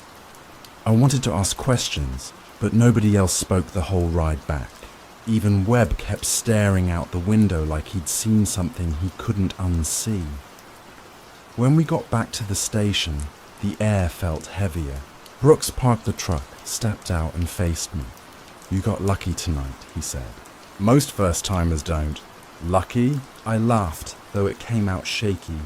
"We didn't even fight a fire." He gave a bitter half-smile. "That's what you think." "What was in there?" I asked. "Who was screaming?" He started to walk away, then paused. "You remember what I told you last night? The fire here doesn't just burn wood. Then what does it burn?" He looked at me. "Names." And then he left me alone in that cold, humming station, staring at the empty bunks and the list of rules pinned to the wall. The black ink over rule number 7 seemed darker than before. I could still hear my own voice echoing through the static in my head. Eli Carter. "Barnfire, Route 6, somewhere out there." Something had called my name, and next time, I wasn't sure I'd be able to stop myself from answering. They say you never really sleep in a firehouse. You just wait for the next call. But that night, I didn't sleep because I was afraid of hearing my own voice again. The bunk room was still. I could hear Webb snoring softly 2 beds over, and the hum of the vending machine in the hall. The lights from the parking lot outside slipped through the blinds, striping the room in pale gold. I should have felt safe, but the longer I stared at the ceiling, the more the silence started to feel watched. I turned over and caught a glimpse of myself in the mirror across the room, the one nailed to the locker door. For a split second, I swear I saw movement. My reflection blinked a moment later than I did. I sat up, heartbeat climbing into my throat. "You're just tired," I muttered to myself. "Stress, drought, heat." But the reflection, my reflection, tilted its head as if it was listening. Then Webb groaned in his sleep, turning over, and when I looked back, the mirror was empty. Just the dim shape of the bunk room, lit by the faint red emergency bulb. No, mean I didn't move for a long time. Just sat there, watching the empty glass stare back at me. Morning came, but the feeling didn't fade. Gus was brewing coffee in the kitchen, humming a gospel tune so low it sounded like mourning. Brooks sat at the long table, half reading a report, half not. "Sleep well?" he asked without looking up. "Not really," I said. "Had weird dreams," he grunted. "Dreams are good. Means they still want to talk to you," I froze. "Who?" He folded the report neatly and finally looked up. "Whatever's in that barn." I waited for the punchline. "It never came." "You're serious?" He sipped his coffee. "You think Dry Creek used to be this quiet for no reason? Do you think fires out here act normal?" He nodded toward the rules board pinned beside the engine bay. "Rule 4, Carter. Read it again." I glanced at it. Rule Chapter 4. Never look too long at what's burning. Brooks stood. "They say flame remembers faces. If it sees yours too clearly, it keeps it." He walked away, leaving me staring at my own reflection in the chrome of the coffee pot, warped and wobbly, but undeniably smiling back when I wasn't. Later that day, the station got a call. Not for a fire, for a search. An old rancher named Clyde went missing near the irrigation fields south of town. No flames, no smoke, no reason to be afraid. Just a routine job. Except when we got there, I saw something I'll never forget. The irrigation trench was bone dry, just cracked mud and reeds. And there, at the bottom, was Clyde's pickup. Engine off, doors locked, windshield shattered from inside. No sign of him. But on the driver's side mirror, Smeared in ash were handprints, black, oily, as if burned into the glass. Clyde didn't burn anything, Webb said. There's no fire for miles. Not yet, Gus muttered. Brooks ordered us to sweep the area, but the air around that truck was wrong. Heat shimmered over the dirt even though the sun was fading. I knelt near the mirror and looked closer. For a heartbeat, I saw my own eyes staring back from inside the truck, not the reflection of me kneeling there. The eyes were behind the glass. Watching, I stumbled backward. The door creaked open on its own, and a voice whispered from the darkness inside the cab. Eli, you didn't listen. I turned, breath sharp and panicked, but no one else reacted. They didn't hear it. That night back at the firehouse, I couldn't shake the feeling that something from that field had followed me home. Every shiny surface seemed to flicker to breathe. I covered the mirror in my locker with my jacket. Around 2 a.m. I heard Webb whispering in his sleep again. Only, he wasn't using his own voice. He was using mine. Don't go deeper. The same phrase I'd heard during our first descent into the barn's glow. I woke him, shaking his shoulder. Webb, hey, wake up! His eyes flew open, white, unfocused. You shouldn't have looked, he whispered, still half dreaming. Now it knows your face. Then he went limp, fast asleep again. I sat there in the dark, every nerve on fire. When I couldn't take it anymore, I went to the washroom to splash my face. The fluorescent light buzzed overhead, making everything flicker in that pale green tint that turns the world sickly. I leaned toward the mirror and froze. My reflection wasn't alone. Behind me stood a figure, faint and smoke grey, its hand resting lightly on my shoulder. I spun around. Nothing. When I looked back at the mirror again, there was no reflection at all. Just a black void where I should have been. And in that void, written in fog, were 3 words, Rule 7 burns.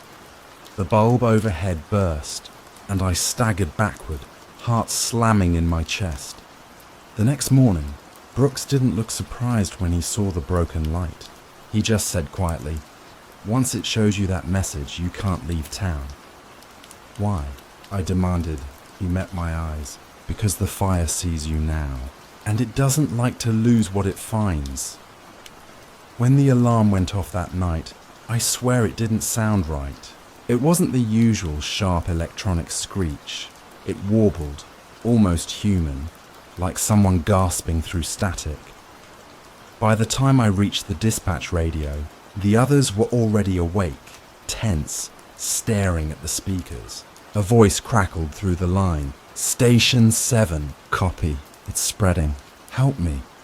The problem was, it was Webb's voice. But Webb was right there beside me. He looked pale as chalk, shaking his head. That's not me." We stood there frozen, the hiss of the radio filling the silence like a lung inhaling. Then the voice came again, louder this time, more desperate. "Brooks, please, send Eli. He's the only one it wants." The captain turned slowly toward me. For the first time since I'd met him, I saw real fear in his eyes. We drove out into the black stretch of desert south of Dry Creek, sirens cutting through the dead quiet. The address given by dispatch didn't exist, just County Road 19, mile marker 13. But the coordinates led us to an abandoned church, half swallowed by sand and mesquite. Its roof had collapsed inward long ago. The sign out front still read, "Christ the Shepherd's House," though the letters "her" were missing, leaving it to say, "Christ the SP's house." The closer we got, the hotter it felt. No fire visible, but the air itself shimmered, like we were standing too close to a furnace. Brooks parked the truck and turned to me. "You stay in the cab." "Like hell," I said. He didn't argue. That worried me more than anything. Gus and Webb geared up, flashlights cutting across the dirt. I followed a few steps behind, every nerve on edge. Inside, the air was thick with the smell of burnt wood and something older, like wet ashes and rust. The pews were scattered, Bibles torn open as if flung by wind or hands. And at the far end, near what used to be the altar, the floor glowed faintly orange, like embers beneath the boards. Brooks knelt beside them, brushing off soot. His gloved hand trembled. "Same markings," he muttered. "It's starting again." "What markings?" I asked. He didn't answer. Then the radio on his shoulder crackled. Webb's voice again pleading, "It's under the floor. Don't let Eli near it." Everyone froze. Webb, the real one, backed away, shaking his head violently. "I'm not saying that. I'm not—" Before he could finish, the boards beneath Brooks buckled. Heat rushed out like breath. We stumbled back as flame burst upward. Not red or orange, but white, pure and silent, like light with no sound. And from within that flame came a shape. I don't know how to describe it. It wasn't human, but it pretended to be. Its face was mine. My voice echoed from its burning mouth. "Eli," it said, "you broke the rule." My knees buckled. "What are you?" "You looked too long," the others shouted, tried to douse it, but their hoses spat only steam. The thing moved between the jets like smoke, whispering through the air. Webb screamed as it touched his arm. His gear melted through like wax. I dragged him back toward the exit. Brooks was yelling orders, but his voice distorted, bending around the creature's hiss. We got outside. The church was burning from inside out. No wind, no sound, just white flame and light that pulsed like a heartbeat. Then, through the roar, I heard it again on the radio, Webb's voice. Calm this time. Rule 6, don't answer when your own name calls. I dropped the radio. It melted into the dirt, plastic hissing like tar. Back at the firehouse, we didn't talk. Not for hours. Webb's arm was wrapped in gauze that wouldn't stop smoking. Gus sat rocking slightly, whispering prayers under his breath. Brooks locked himself in his office. I sat alone in the bay, staring at the trucks gleaming under the fluorescent light. For a moment, I saw my reflection in the windshield, split in half. One side burned, one side clean. That's when the phone on the wall rang. A single, shrill tone. I shouldn't have answered, but I did. "Station 7, I said, voice shaking, and my own voice replied, "You survived the 6th. It's time for the 7th. Click. The line went dead. I turned, realizing the laminated paper, the 7 rules, was missing from the board. Only a single burned edge remained, still smoking. I didn't tell the others what the voice said, because deep down, I already knew what the 7th rule must be. Something you couldn't write down, something you had to burn to learn. You ever smell smoke when there's no fire? That's how it started, not the roaring kind of smoke, just that faint sting of ash that gets into your nose and won't leave. I woke up choking on it. The firehouse was dark, too dark. The generator hummed somewhere below, but the lights were out. I could hear dripping, slow, rhythmic, steady like a pulse. I stumbled down the hall, flashlight trembling in my hand. Brooks, Webb, anyone? No answer. The laminated list of the 7 rules was gone. In its place was a black handprint on the wall, still warm. That's when I realized something. The air wasn't filled with smoke. It was filled with breath, like the whole building was exhaling around me. I followed the sound of the dripping to the equipment bay. Every helmet, every axe, every oxygen tank, melted, not burned, melted. The truck's chrome reflected everything like liquid glass. In the middle of the floor sat Webb, staring blankly ahead. His bandaged arm was gone. Nothing left but a scorched shoulder and an expression that looked half dead, half relieved. "Webb," I whispered. He didn't move. Then, in the reflection of the fire truck, he did. The mirrored Webb turned to look at me, eyes hollow, mouth twitching upward into a smile. "You should have left," he said through the glass. I took a step back, shaking. "This isn't real. You're dead. You're—" The reflection interrupted, voice sharper now. "You never told them what happened at Junction 9. My stomach dropped. The words clawed into my skull like sparks, because he was right. I hadn't told them. I hadn't told anyone. A year ago, in Junction 9, my old fire crew had gone into a warehouse fire. 7 of us entered. Only 1 came out, me. They said it was an explosion, faulty tanks. But that's not what happened. There was a sound in that fire, a voice, just like the one in the radio. It whispered to me through the smoke. Leave them. You can live. And I did. I left them. I told the report I was blown clear by the blast. I told myself I didn't have a choice. But the truth, I heard them screaming for help, and I ran. Now, as I stood in Dry Creek's firehouse, that same voice crept back through the heat, soft and hungry. Rule 7, Eli. Do you remember? I turned in a slow circle. No, I don't know what you want from me. Confession. The word echoed through the bay, rattling the metal shelves, bending the light. Every reflection started to ripple like boiling water. Then, all at once, they moved. Dozens of versions of me stared out from the truck, the oxygen tanks, the window glass, each one burned, twisted, mouths opening in silent accusation. One by one, they began whispering, "You left them. You left us. You left me." The fire alarm went off on its own. Red lights flashed across the walls, bleeding into the reflections. Brooks burst from his office, shouting, "Get out!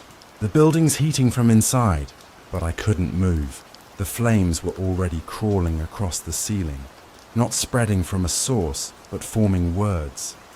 They spelled, "Rule 7. I screamed, "What is it? What's the 7th rule?" Brooks grabbed my arm, yanking me toward the exit. "You don't want to know, Eli." The doors burst open, but instead of night air, there was only light, white, endless fire. Brooks froze, staring into it. "Oh God, it's back." The voice rose again, louder, layered, as if hundreds spoke at once. Rule 7. The fire remembers. The next moments blur in my mind. I remember Brooks burning, silently like paper in sunlight. I remember Webb's empty shell standing up, walking straight into the blaze, smiling. And then, nothing. When I opened my eyes, it was morning. The firehouse was intact. No scorch marks, no melted tools. Brooks's office door still closed. For a second, I thought maybe I'd dreamed it all. Then I saw the new sign on the wall, freshly laminated, freshly nailed. The 7 rules. All 7 were printed this time. No blacked out line. The last one read, Rule No. 7. When the fire remembers you, stay where you are. I touched the page. It was warm. In the truck bay mirror, my reflection smiled back at me, except I wasn't smiling. And behind my reflection stood Webb, Brooks, and 6 others I hadn't seen in a year, watching from inside the glass, faces charred, eyes glowing. "Welcome home, Eli," they whispered. The overhead siren began to wail. Another call, another fire, another chance to stay where I was. They told me the ocean was empty, that nothing lived below 7 miles. But I've heard it breathe. I've felt it watching. And if I disappear after telling you this, just know the water wasn't silent. It never was. They told me the deep was quiet. That's the first lie I ever believed. Because the moment we crossed 6 miles down, I heard it. Something like breathing. Something that wasn't the ocean. And it hasn't stopped since. I need you to understand this part clearly, before anything else I say later starts to sound insane. People think of submarines as machines of silence, sealed steel tubes slipping through darkness. And yes, silence is part of it, but it's the wrong kind. It's not peaceful. It's the kind of silence that sharpens every creak of the hull until you swear it's bones breaking. The kind of silence where your heartbeat feels loud enough to wake whatever might be sleeping out there. The descent was supposed to be routine. That's what I kept telling myself as I strapped in. I'd made dives before, never this deep, but enough to know the drill. Still, when the hatch sealed shut and the world above was cut away, I felt it. That old pressure in my chest that had nothing to do with depth. Captain Rourke noticed it too, though he didn't say much. He never did. He was the kind of man who led through silence, letting you fill in the blanks with your own fear. Routine run, he muttered, flipping switches with steady hands. We're not here to find monsters, just readings. Remember that. It should have comforted me. It didn't. We dropped. Mile 1, 2, 3. At that depth, sunlight still glimmers faintly, a blue haze like the ghost of day. But once we passed 4 miles, the light was gone for good. Blackness folded in around us, thick and absolute. That's when I started thinking about the pressure. 7 tons pressing on every square inch of steel. A fortress, they call it. But all I could hear was metal groaning. Every sound felt wrong. I logged the descent into the operator's journal, keeping my voice even, mechanical. That's what they trained us for. But beneath the steady notes, my thoughts wouldn't stop. What if something out there hears us? At mile 5, the sonar blinked. Just once, a little blip, nothing significant. I logged it as equipment calibration. Rourke gave me a look, sharp, suspicious, but didn't argue. That was his way. Trust the system, not the man. By mile 6, I felt it. The deep isn't just water, it's weight. It presses against your skin, your ribs, your thoughts. I swear I could hear my own skull ringing with it. That was when I noticed the rhythm. Tap. Pause. Tap. Like something knocking against the hull. I didn't say anything. I wasn't ready to hear the captain call it imagination. Still, I wrote it in the log. Small, neat letters, hidden between routine numbers. If you read it now, you'd think it was a misprint. Maybe that's what I wanted. A secret no one else would catch. Rourke kept his eyes forward, steady on the controls. I envied him. He looked carved from stone, unmoved by the abyss. Sometimes I wondered if he really didn't hear it, or if he just refused to admit he did. We hit the Hadal zone at mile 7. No one speaks much at that point. There's a ritual silence, the kind you keep when crossing into a graveyard. The water outside was ink, shifting only when our floodlights pierced it. Every particle drifted like dust in a cathedral. Beautiful, if you forget how hostile it all is. That's when sonar blinked again. Not once, several times. Blips moving in a slow arc across the screen. Too big for fish, too erratic for debris. I leaned forward, trying not to sound alarmed. Sonar's picking something up, I said. My voice cracked on the last word. Rourke's hand landed heavy on my shoulder.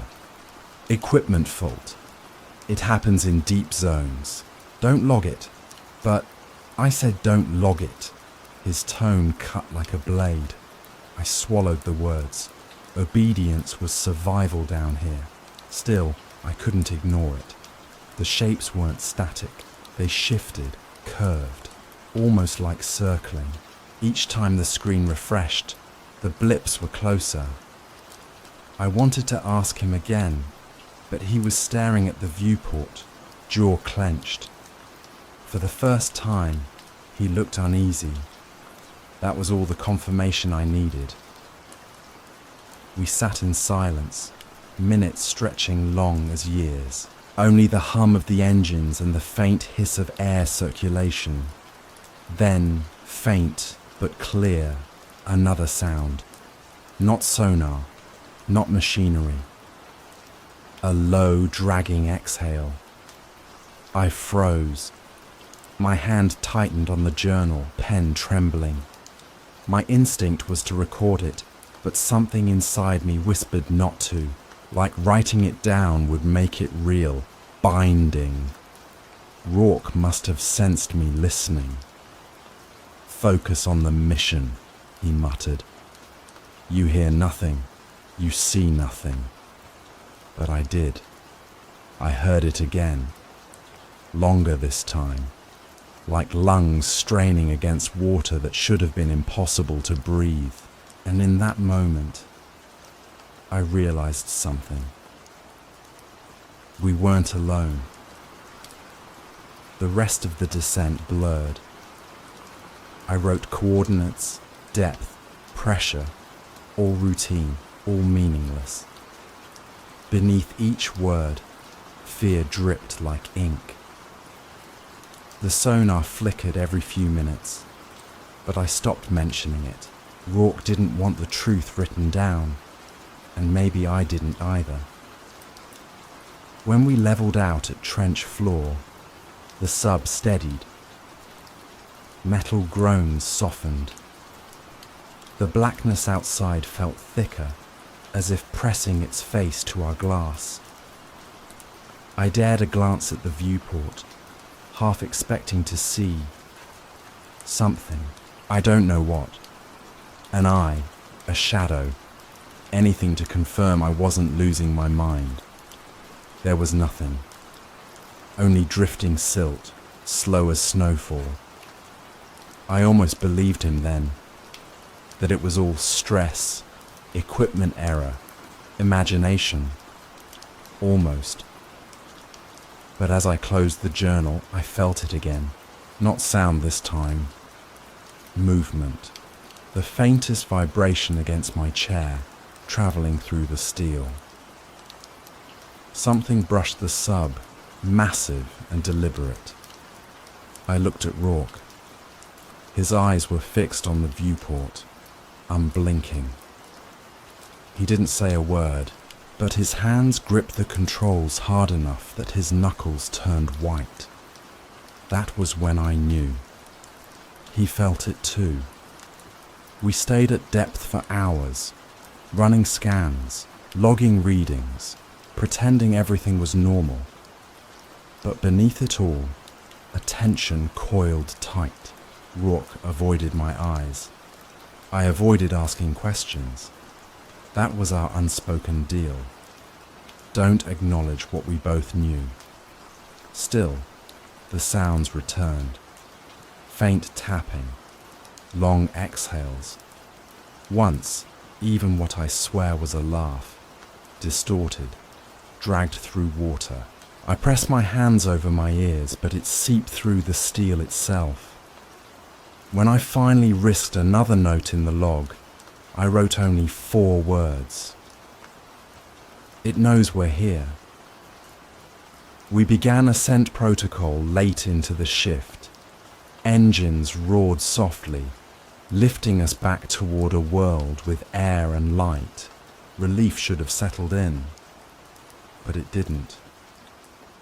Because as the sub tilted upward, sonar blinked again. Not behind us, above, waiting. I stared at the screen until my vision blurred, but Rourke snapped it off with a flick of his hand. The monitor went black. "Forget it," he said. His voice was low, almost a growl. "For your own sake." I wanted to argue, to demand answers, but his expression silenced me. And maybe he was right. Maybe some truth should stay buried. But the silence that followed wasn't empty. It was heavy, breathing, watching. And deep down, I knew the ascent wouldn't save us. Whatever was out there, it had already found us. The worst part wasn't the silence. It was realizing the silence wasn't empty at all. Something was in it, hiding, breathing, waiting for me to listen. I didn't sleep that first night. None of us were supposed to, not during trench operations, but I remember how the hours dragged on until they felt like years. The lights inside the sub hummed faintly, painting everything in a dim yellow that only made the shadows deeper. Rourke kept to his cabin, trusting me with night watch. Maybe he thought I could handle it. Maybe he wanted to see if I'd crack. The truth is, I already had. The tapping started again, softer this time. Not random, a pattern. Tap, pause, tap, tap. I leaned forward, pressing my ear to the cold steel. It was faint, like something brushing fingers across the hull from the outside. My rational mind screamed it was metal stress, the groaning of steel under pressure. But the rhythm was too deliberate, too human. I told myself not to write it down, but my hand was already moving, scrawling the words into the operator's journal. Tapping. 0214. Pattern. I stared at the ink until it blurred. I almost tore the page out, but no, I left it. A record. Proof.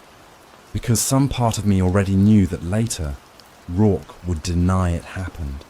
Hours crawled by. I checked gauges, recalibrated sonar, sipped water from a steel flask that tasted faintly of rust. Each task should have grounded me, but instead, each sound of the machinery seemed off. Louder, sharper, almost mimicking something alive, and then it came again. Not tapping, breathing, slow, deep, dragging, as if something vast pressed its mouth against the hull, inhaling the stale air inside. My throat tightened.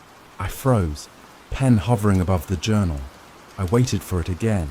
One breath, 2, 3. The hairs on my arms rose. This wasn't imagination. It couldn't be. I stumbled to the captain's quarters, rapping my knuckles against the door. "Rourke, sir, are you awake?" A pause. Then his voice gravelly with irritation. "What is it? You don't hear that?" "Hear what?" "The breathing through the hull." Another pause. Then slowly. "Go back to your station, operator. The deep will play tricks on you if you let it. Don't."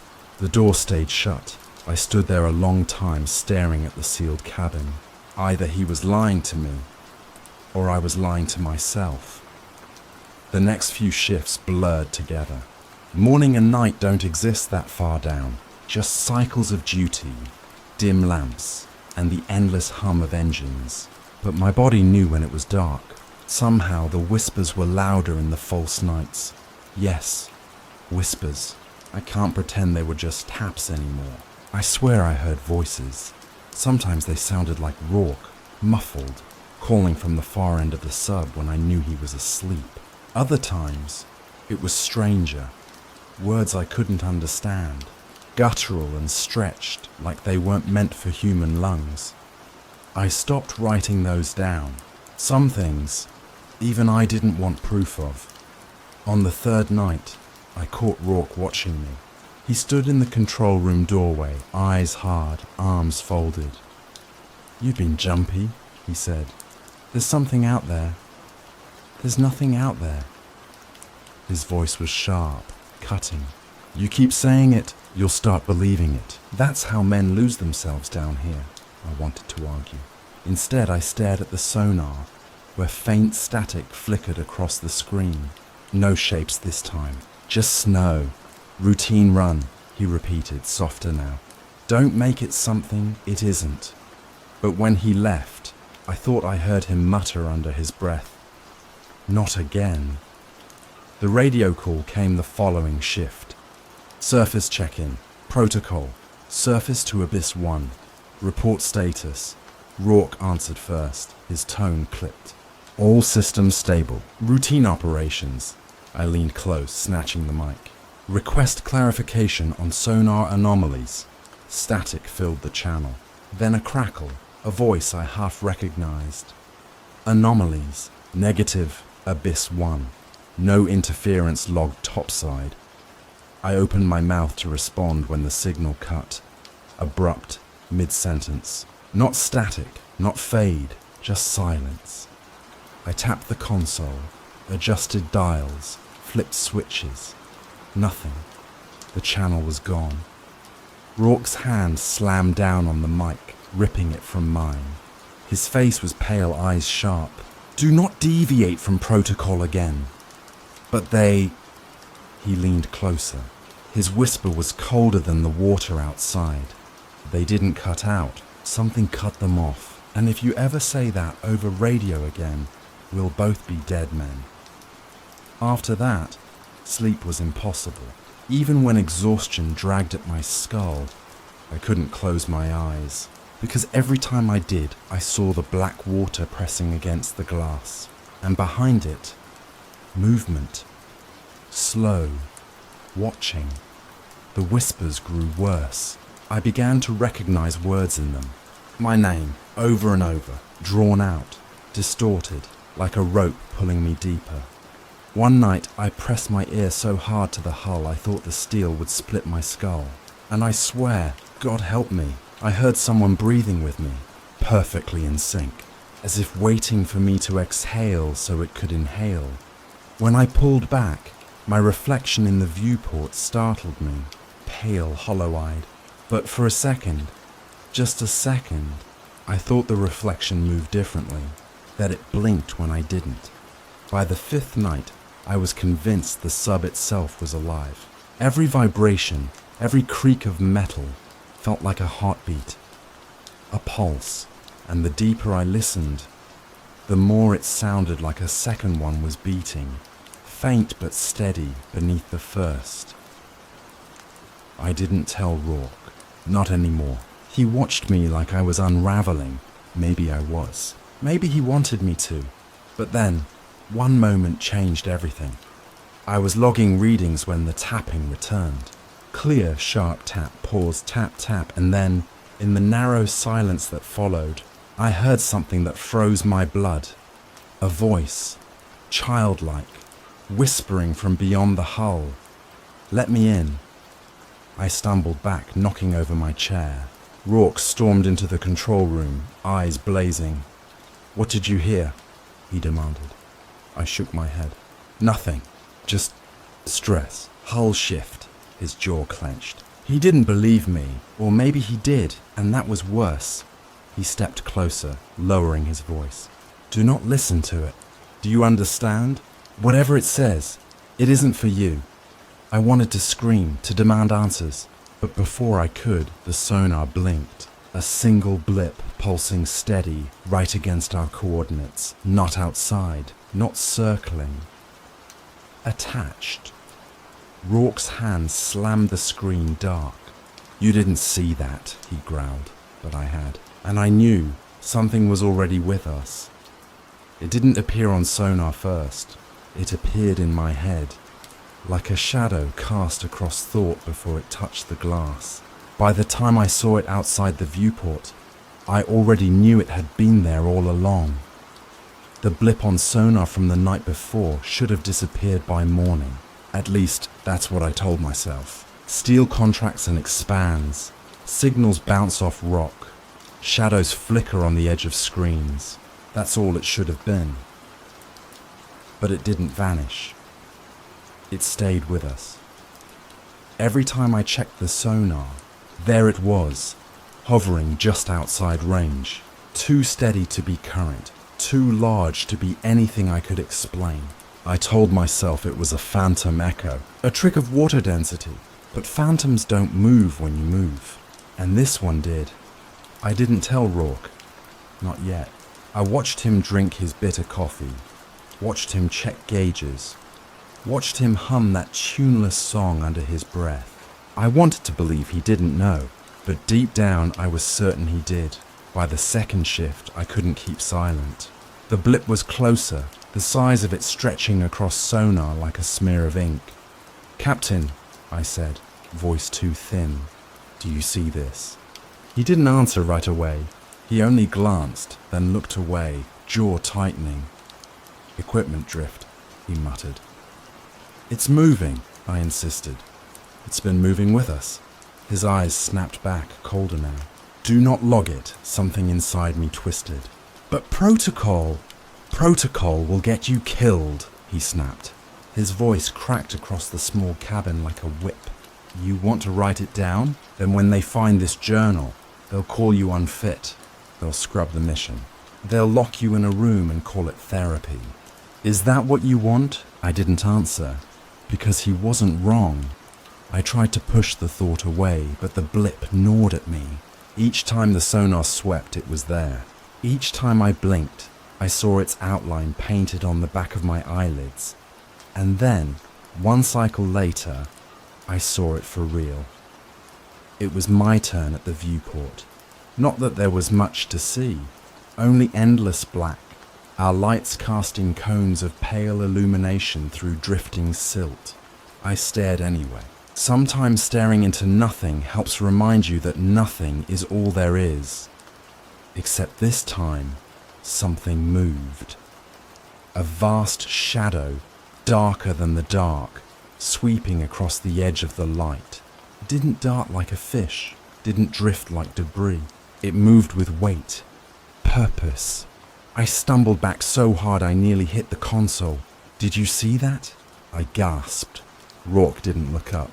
He was writing in his log, methodical strokes of pen. "See what?" "There, out there, a shape. It passed right across." When I turned back, the water was empty again. Just blackness. Rourke's pen didn't stop moving. "You're tired. Stop chasing ghosts." I wanted to drag him to the glass, shake him until he admitted he'd seen it too. But I didn't, because part of me knew he had seen it, and he was lying. The silence between us thickened after that. He stopped speaking unless absolutely necessary. I stopped trusting my own eyes. Every flicker of shadow in the viewport felt alive. Every groan of the hull sounded like something brushing against it. At night, the whispers were louder. Sometimes they formed words. Closer. "Listen, you brought me here." I started writing them down, not in the logbook, but in a second notebook I kept hidden beneath my bunk. If Rourke ever found it, I knew he'd destroy it. He didn't want a record of what we were seeing, or what I was hearing. And that's when I began to wonder, who was he protecting? Me, the mission, or himself? The next confrontation came 3 nights later. I was staring at sonar again, unable to look away from the slow, deliberate arc of the shadow. "It's bigger than us," I whispered, before I realized I'd spoken aloud. Rourke's hand slammed down on the console beside me. "You will not log it." I met his eyes for the first time in days. "It's real." "Then stop feeding it." "What do you mean?" His face was stone. "The more attention you give it, the closer it gets." I laughed, sharp and bitter. "That's insane." "No," he said. "That's survival." That was when I wrote the words that still haunt me. Rourke wasn't afraid of the deep. He was afraid of me. I didn't know why I wrote it. Maybe I sensed it already. The way he looked at me, not like a comrade, but like a liability. Maybe he thought I'd brought this thing with me. Maybe he wasn't wrong. Because the truth is, I hadn't told him everything. I hadn't told him that before the mission, during training dives, I'd already heard the whispers, faint, like an echo in my own head. I thought it was stress, but what if it wasn't? What if it had chosen me then and followed me here? The first time I saw the shape fully, I nearly screamed. I'd leaned too close to the viewport, eyes straining into the dark, and then the light caught it, just the edge, a curve, smooth, black, stretching beyond the beam in both directions. No scales, no fins, just skin, endless pulsing skin, and then it moved. The entire wall of blackness shifted past, silent and slow, like a continent sliding through water. I staggered back, heart pounding.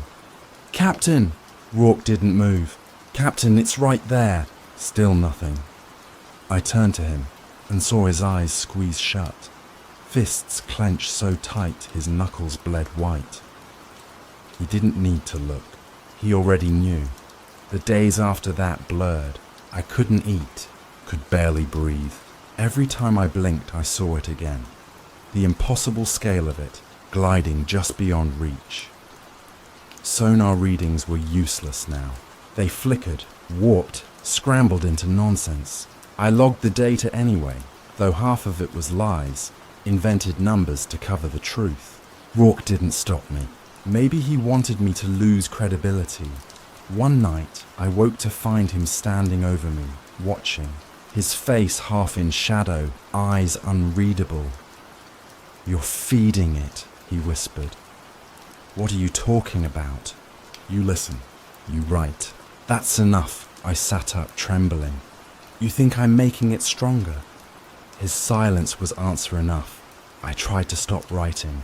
I really did, but the whispers didn't stop. And when I ignored them, they grew louder, until they weren't whispers at all, but roars, low, dragging, like the weight of the ocean itself pressing into my ears. Sometimes I thought I could feel its thoughts, not words, images, darkness stretching forever, an eye opening, my body breaking under pressure, and worse, Rourke's face, pale and broken, floating in black water.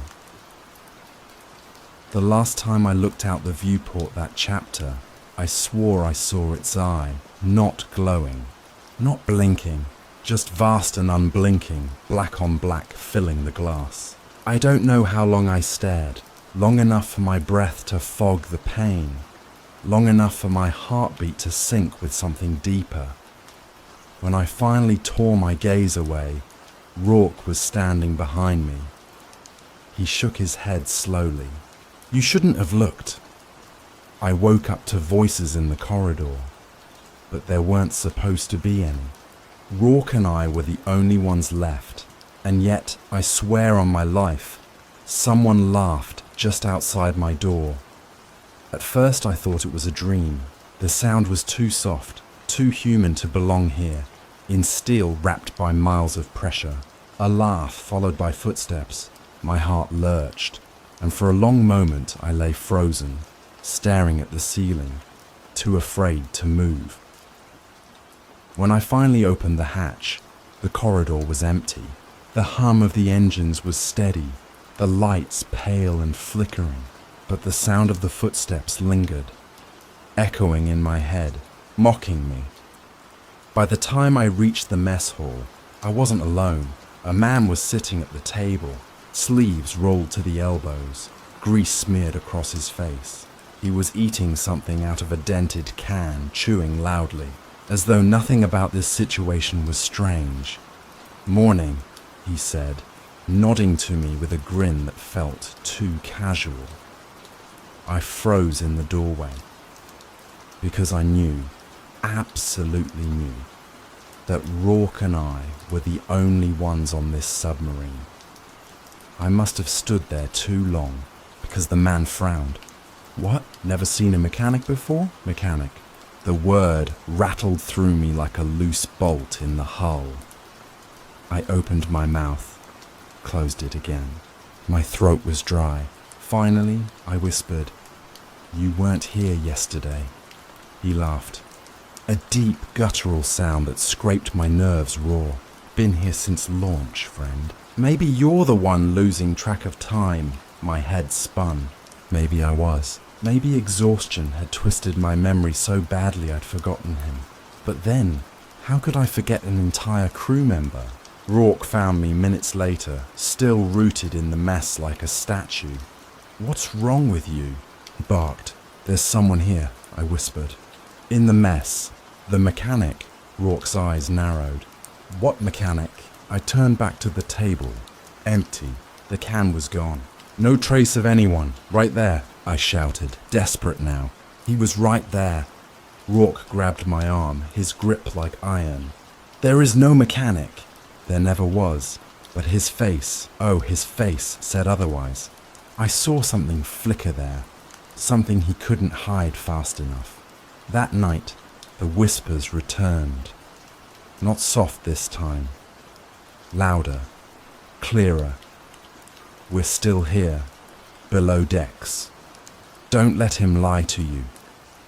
I pressed my hands over my ears, but it didn't stop. The voices seeped through my skull, echoing down the corridors, bouncing against the steel. And then I heard something else. A scream. It came from the aft section, cut short too quickly, swallowed by silence. I bolted upright, heart hammering. Rourke didn't move. He sat at the console, staring at nothing, jaw clenched. "You heard that?" I said. "No." "Yes, you did." There was nothing. His voice was flat, final. The conversation ended before it began, but I couldn't let it go. The next day, I found another one. She was small, with cropped hair and steady eyes, dressed in a medic's uniform. She was standing in the narrow passage between compartments, clutching a clipboard. When she looked at me, her eyes were filled with pity. "You don't look well," she said softly. "You need rest." I couldn't breathe. "You weren't here before." She tilted her head, puzzled. "I've been here all along. You just don't remember." That phrase, it carved something deep into me. You just don't remember. Because what if that was true?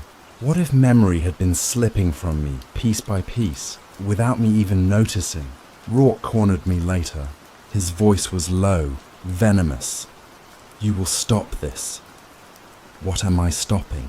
"They're here, Rourke!" The mechanic, the medic. He slammed me against the bulkhead, his breath hot in my face. "There is no mechanic. There is no medic. You are the only one making this real. Do you understand me?" But I didn't. I couldn't. Because I could still hear the medic's voice echoing in my skull, soft and kind. "You just don't remember." That night, I dreamed. Or maybe I didn't. I walked through the submarine. Every hatch open, every corridor lit with a sickly green glow. And everywhere I turned, they were there. The mechanic with his grease-stained grin. The medic with her pitying eyes, others too. Faces I couldn't place, uniforms I couldn't recall. They filled the sub, crowded the halls, breathing in rhythm with the groaning hull. When I tried to speak, they whispered in unison. "He's lying to you. He wants you alone. We were here before him." I woke drenched in sweat, but their whispers clung to me like seawater in my lungs. The fractures deepened. One morning, I passed the engine room and saw the mechanic again, crouched over a console, hands buried in wires. Sparks flew as he worked. "Careful," he muttered. "Hull integrity's dropping. If we don't fix it, we'll implode before dawn." Implode. The word rang like a bell. I stumbled back, heart hammering. And when I looked again, the room was empty. silent. But the scent of burnt insulation lingered in the air. By then, I'd stopped questioning whether they were real. The real question was why Rourke wanted them gone, why he pretended they'd never been here. One evening, I finally asked him, "Why are you lying?" He didn't flinch, didn't even look up from his logbook. "You're losing your mind." "No," I hissed. "You're erasing them." Finally, his eyes met mine, and in them, I saw something that froze my blood. Fear. The voices wouldn't stop. Sometimes they came from the vents, sometimes from the steel itself. Sometimes they spoke in perfect unison, like a choir of drowned men. Other times they were distorted, broken, as if filtered through water. "Help us. He knows. The thing took us." That last one, it stuck. The thing took us, because that would explain everything, wouldn't it? Why they vanished, why Rourke denied them. It wasn't my memory at fault. It wasn't madness. It was the shadow outside, the black shape, swallowing them one by one. And if that was true, then it wanted me next. The final break came during a meal.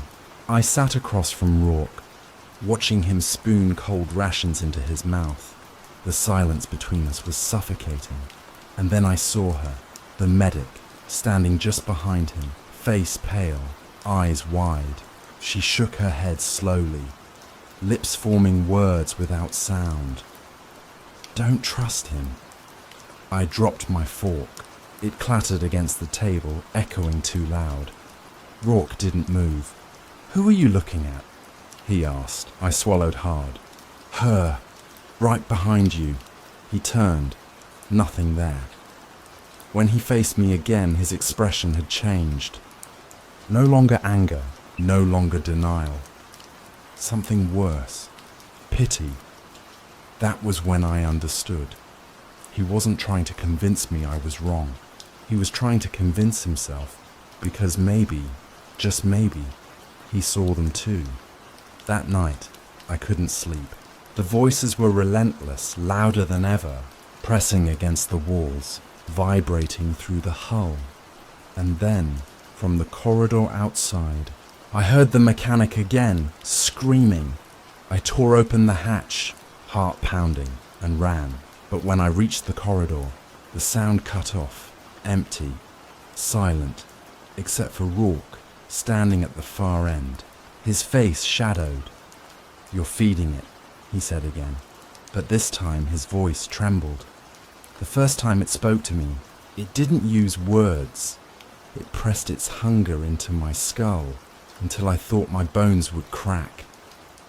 I don't know how long I sat staring into the viewport, waiting for something that should never have been there.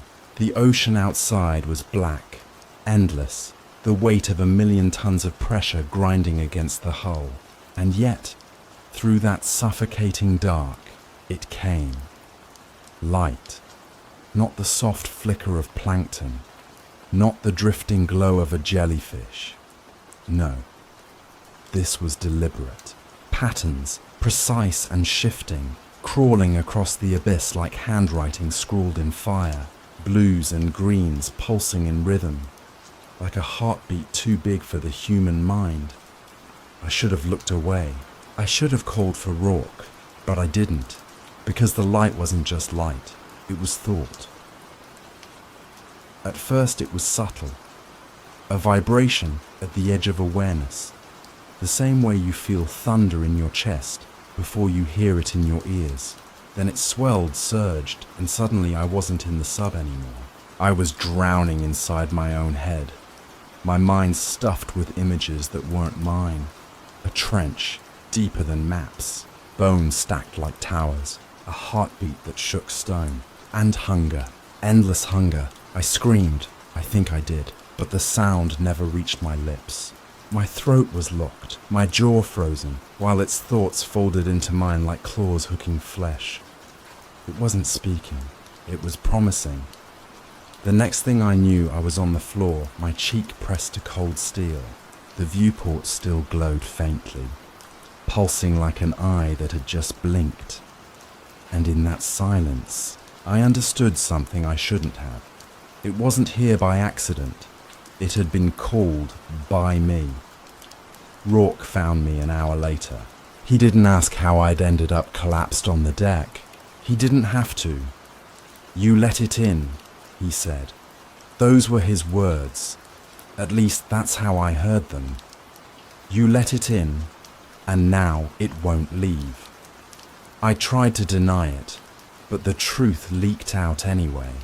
It spoke to me. He slammed his fist against the console so hard the lights flickered. "You don't speak to things like that. You survive them, or you don't. There's no bargain in the deep." But he was wrong. There was. I don't know how to explain what happened next. Even now, the memory slides in and out of clarity, like oil in water. But I remember leaning close to the viewport, watching the patterns dance, and knowing, just knowing, that it was offering me something. Not survival, not mercy, something deeper. And I took it. I won't tell you what I promised. Not now, maybe not ever, because if I said it out loud, the words would stop belonging to me. They'd belong to it.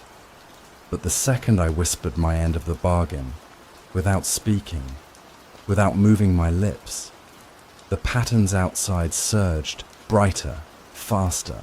The steel beneath my feet thrummed like a living thing, and inside my skull, I felt relief, like it had been waiting for me all along.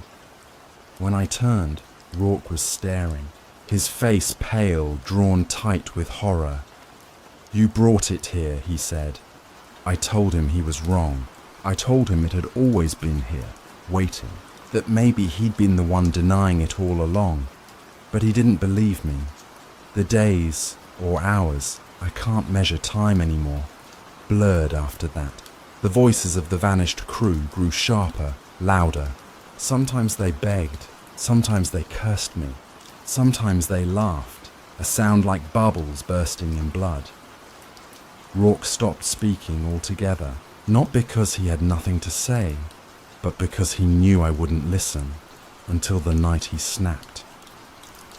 It started small, a sound like tearing fabric coming from the engine room.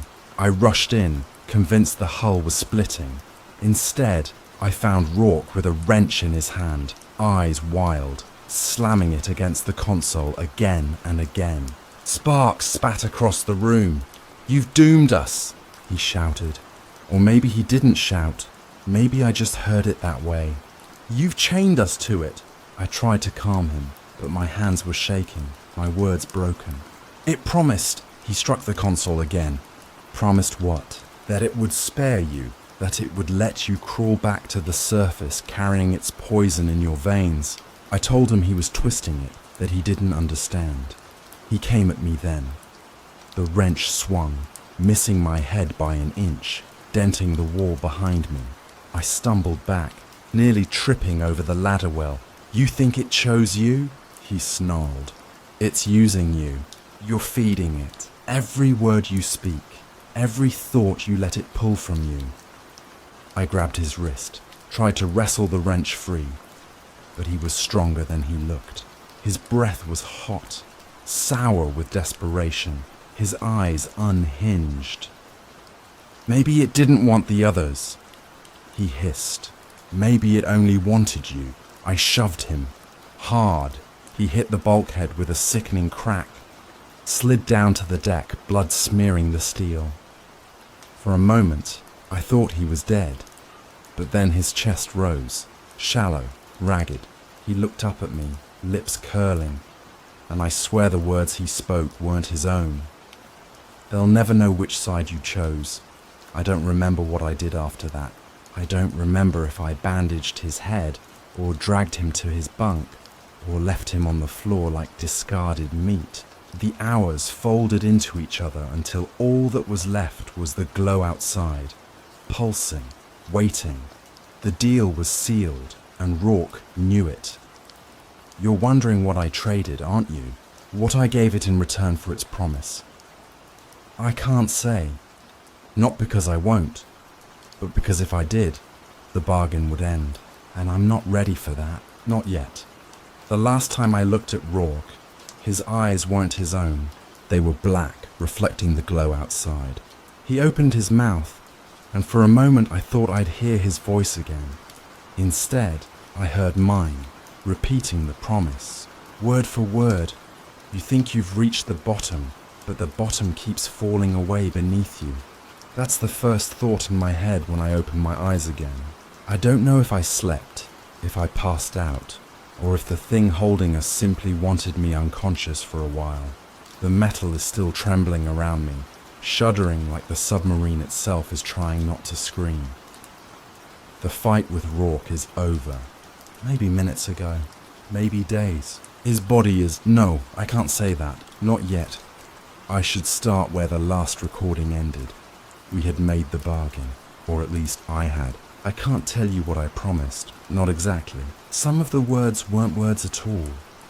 They were shapes of thought that pressed against my skull like knives and slid in without breaking skin. I don't know if I agreed to them or if they agreed to me, but something changed in that moment. The submarine tilted, groaned, and then we began to sink. Not like a vessel losing buoyancy, not like ballast. This was different. It felt deliberate. Like a hand had taken hold of us and was dragging us downward into something vast, something waiting. Rourke said nothing at first. He just stared at me, blood on his lip from where I'd struck him.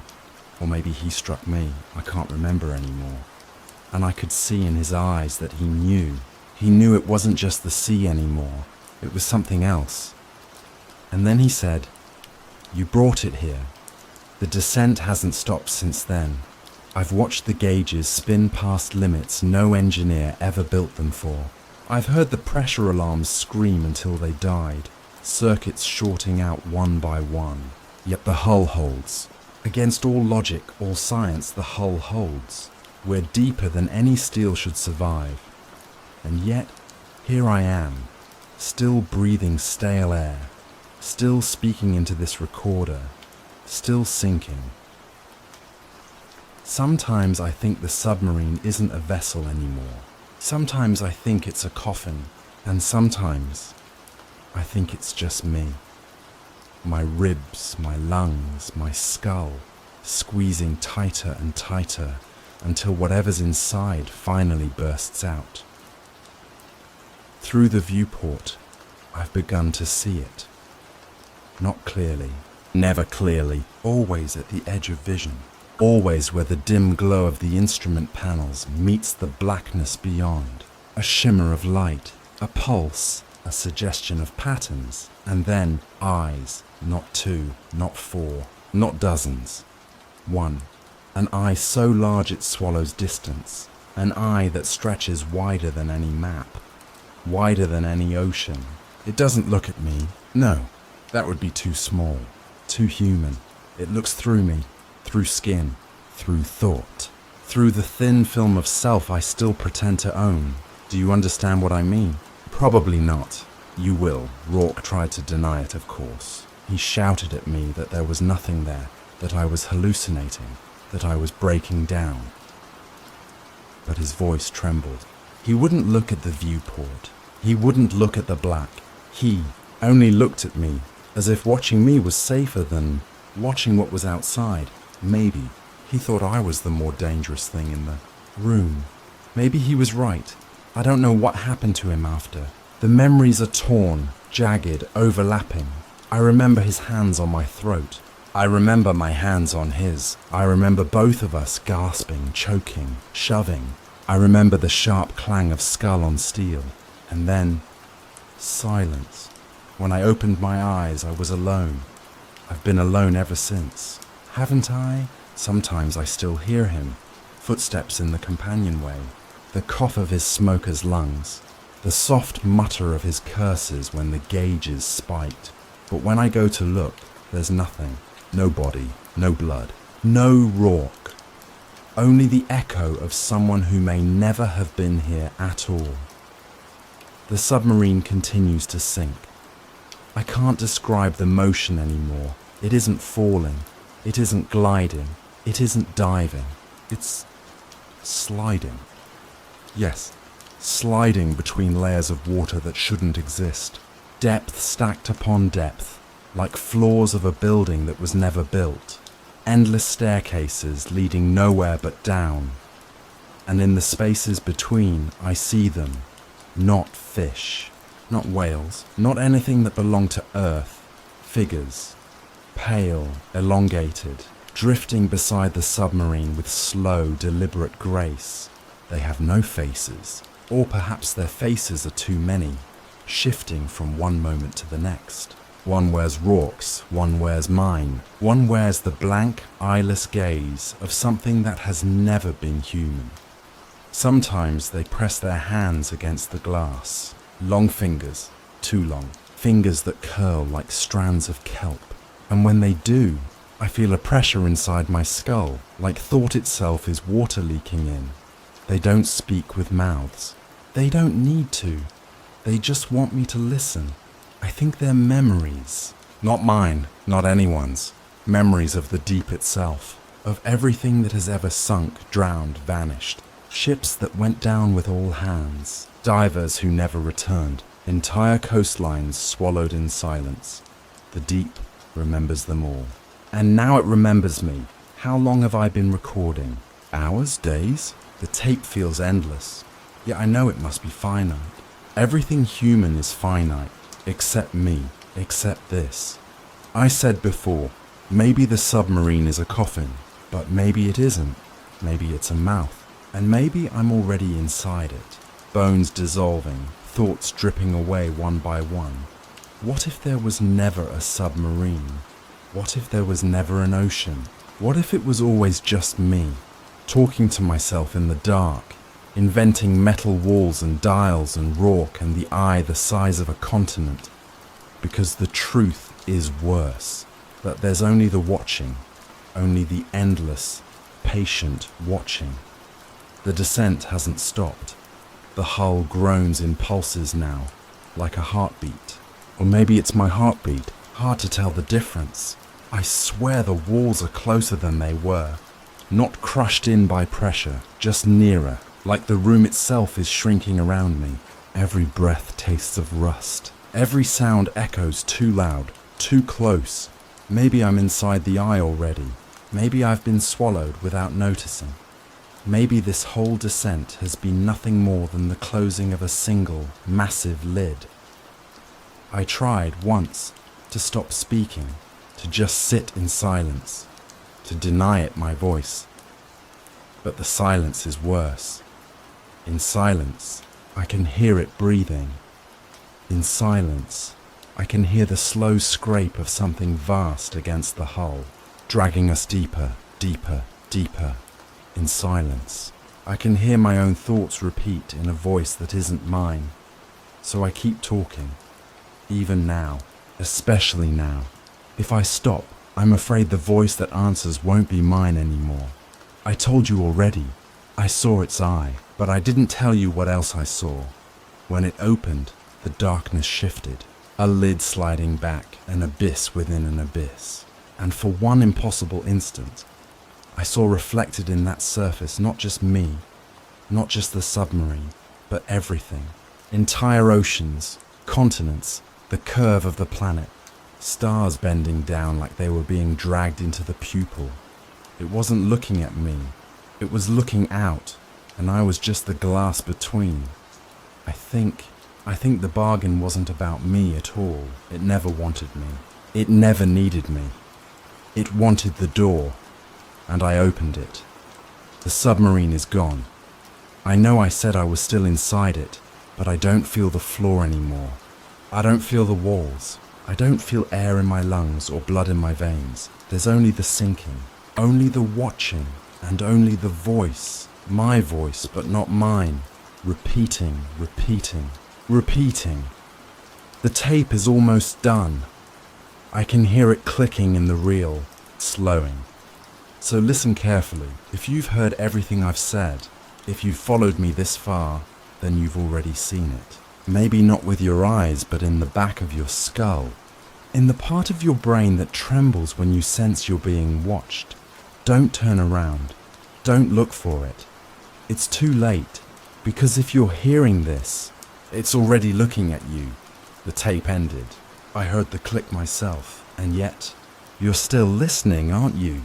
That's how this begins. Not with me pressing a button, not with a new reel, not with anything human.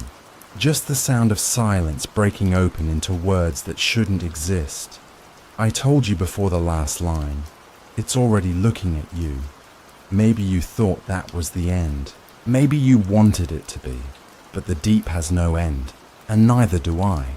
I don't remember speaking this. My throat feels raw, shredded, as if I've been screaming underwater for years. Yet the words pour out, shaped in my voice, spilling across magnetic tape that should have stopped turning long ago.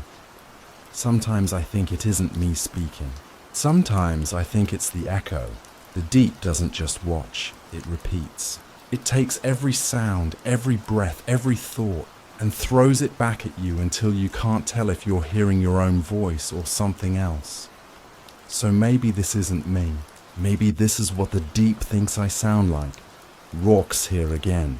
Or at least something that remembers Rourke. He doesn't accuse me anymore. He doesn't shout, doesn't strike. He just hums. A low tune, half a sea shanty, half a lullaby. The same one he used to whistle on deck before we submerged. I hear it in the corridor. I hear it in the vents. I hear it in my teeth. When I follow it, there's no one. When I ignore it, it grows louder until I feel my skull splitting. I don't think he's alive. I don't think he's dead either. He's just another echo. The submarine. It's not a submarine anymore. The walls pulse. The floors bend. The air tastes wet, like lungs full of salt. Sometimes I think I'm inside the eye already. Sometimes I think I never left it. There are doors where there weren't doors before. Hatches that open into corridors I don't remember walking. I go through one, and I end up where I started. I shut my eyes, open them again, and there are more. Each one waiting, yawning, leading downward, always downward. I don't think they lead to other rooms.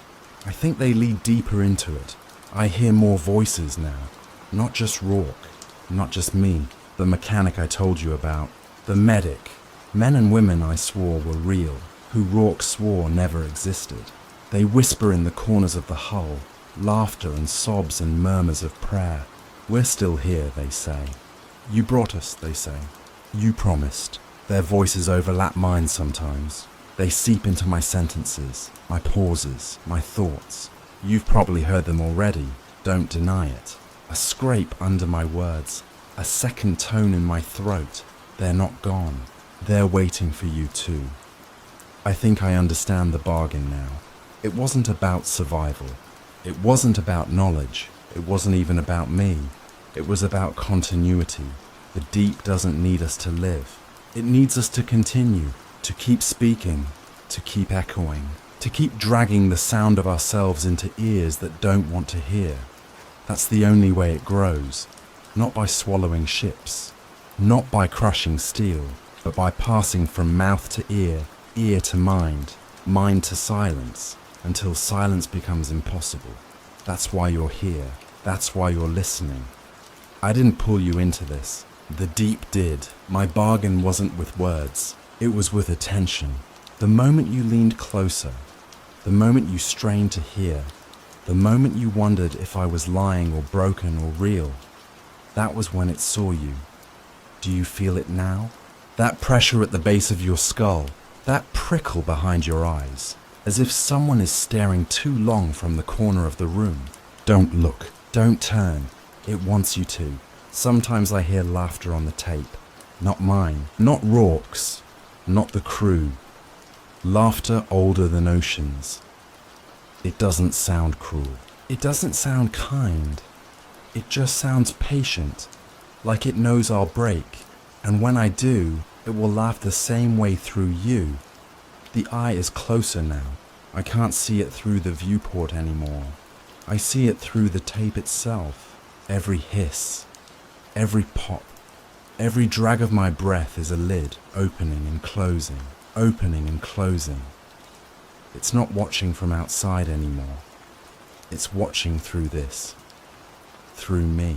Through the recording. Through the words I'm pressing into your ears right now. Do you understand what I mean? Probably not. You will. There's a silence here that isn't silence. It fills every pause. It stretches behind every syllable. If you hold your breath long enough while I stop speaking, you can hear it, like a vast body shifting in the dark.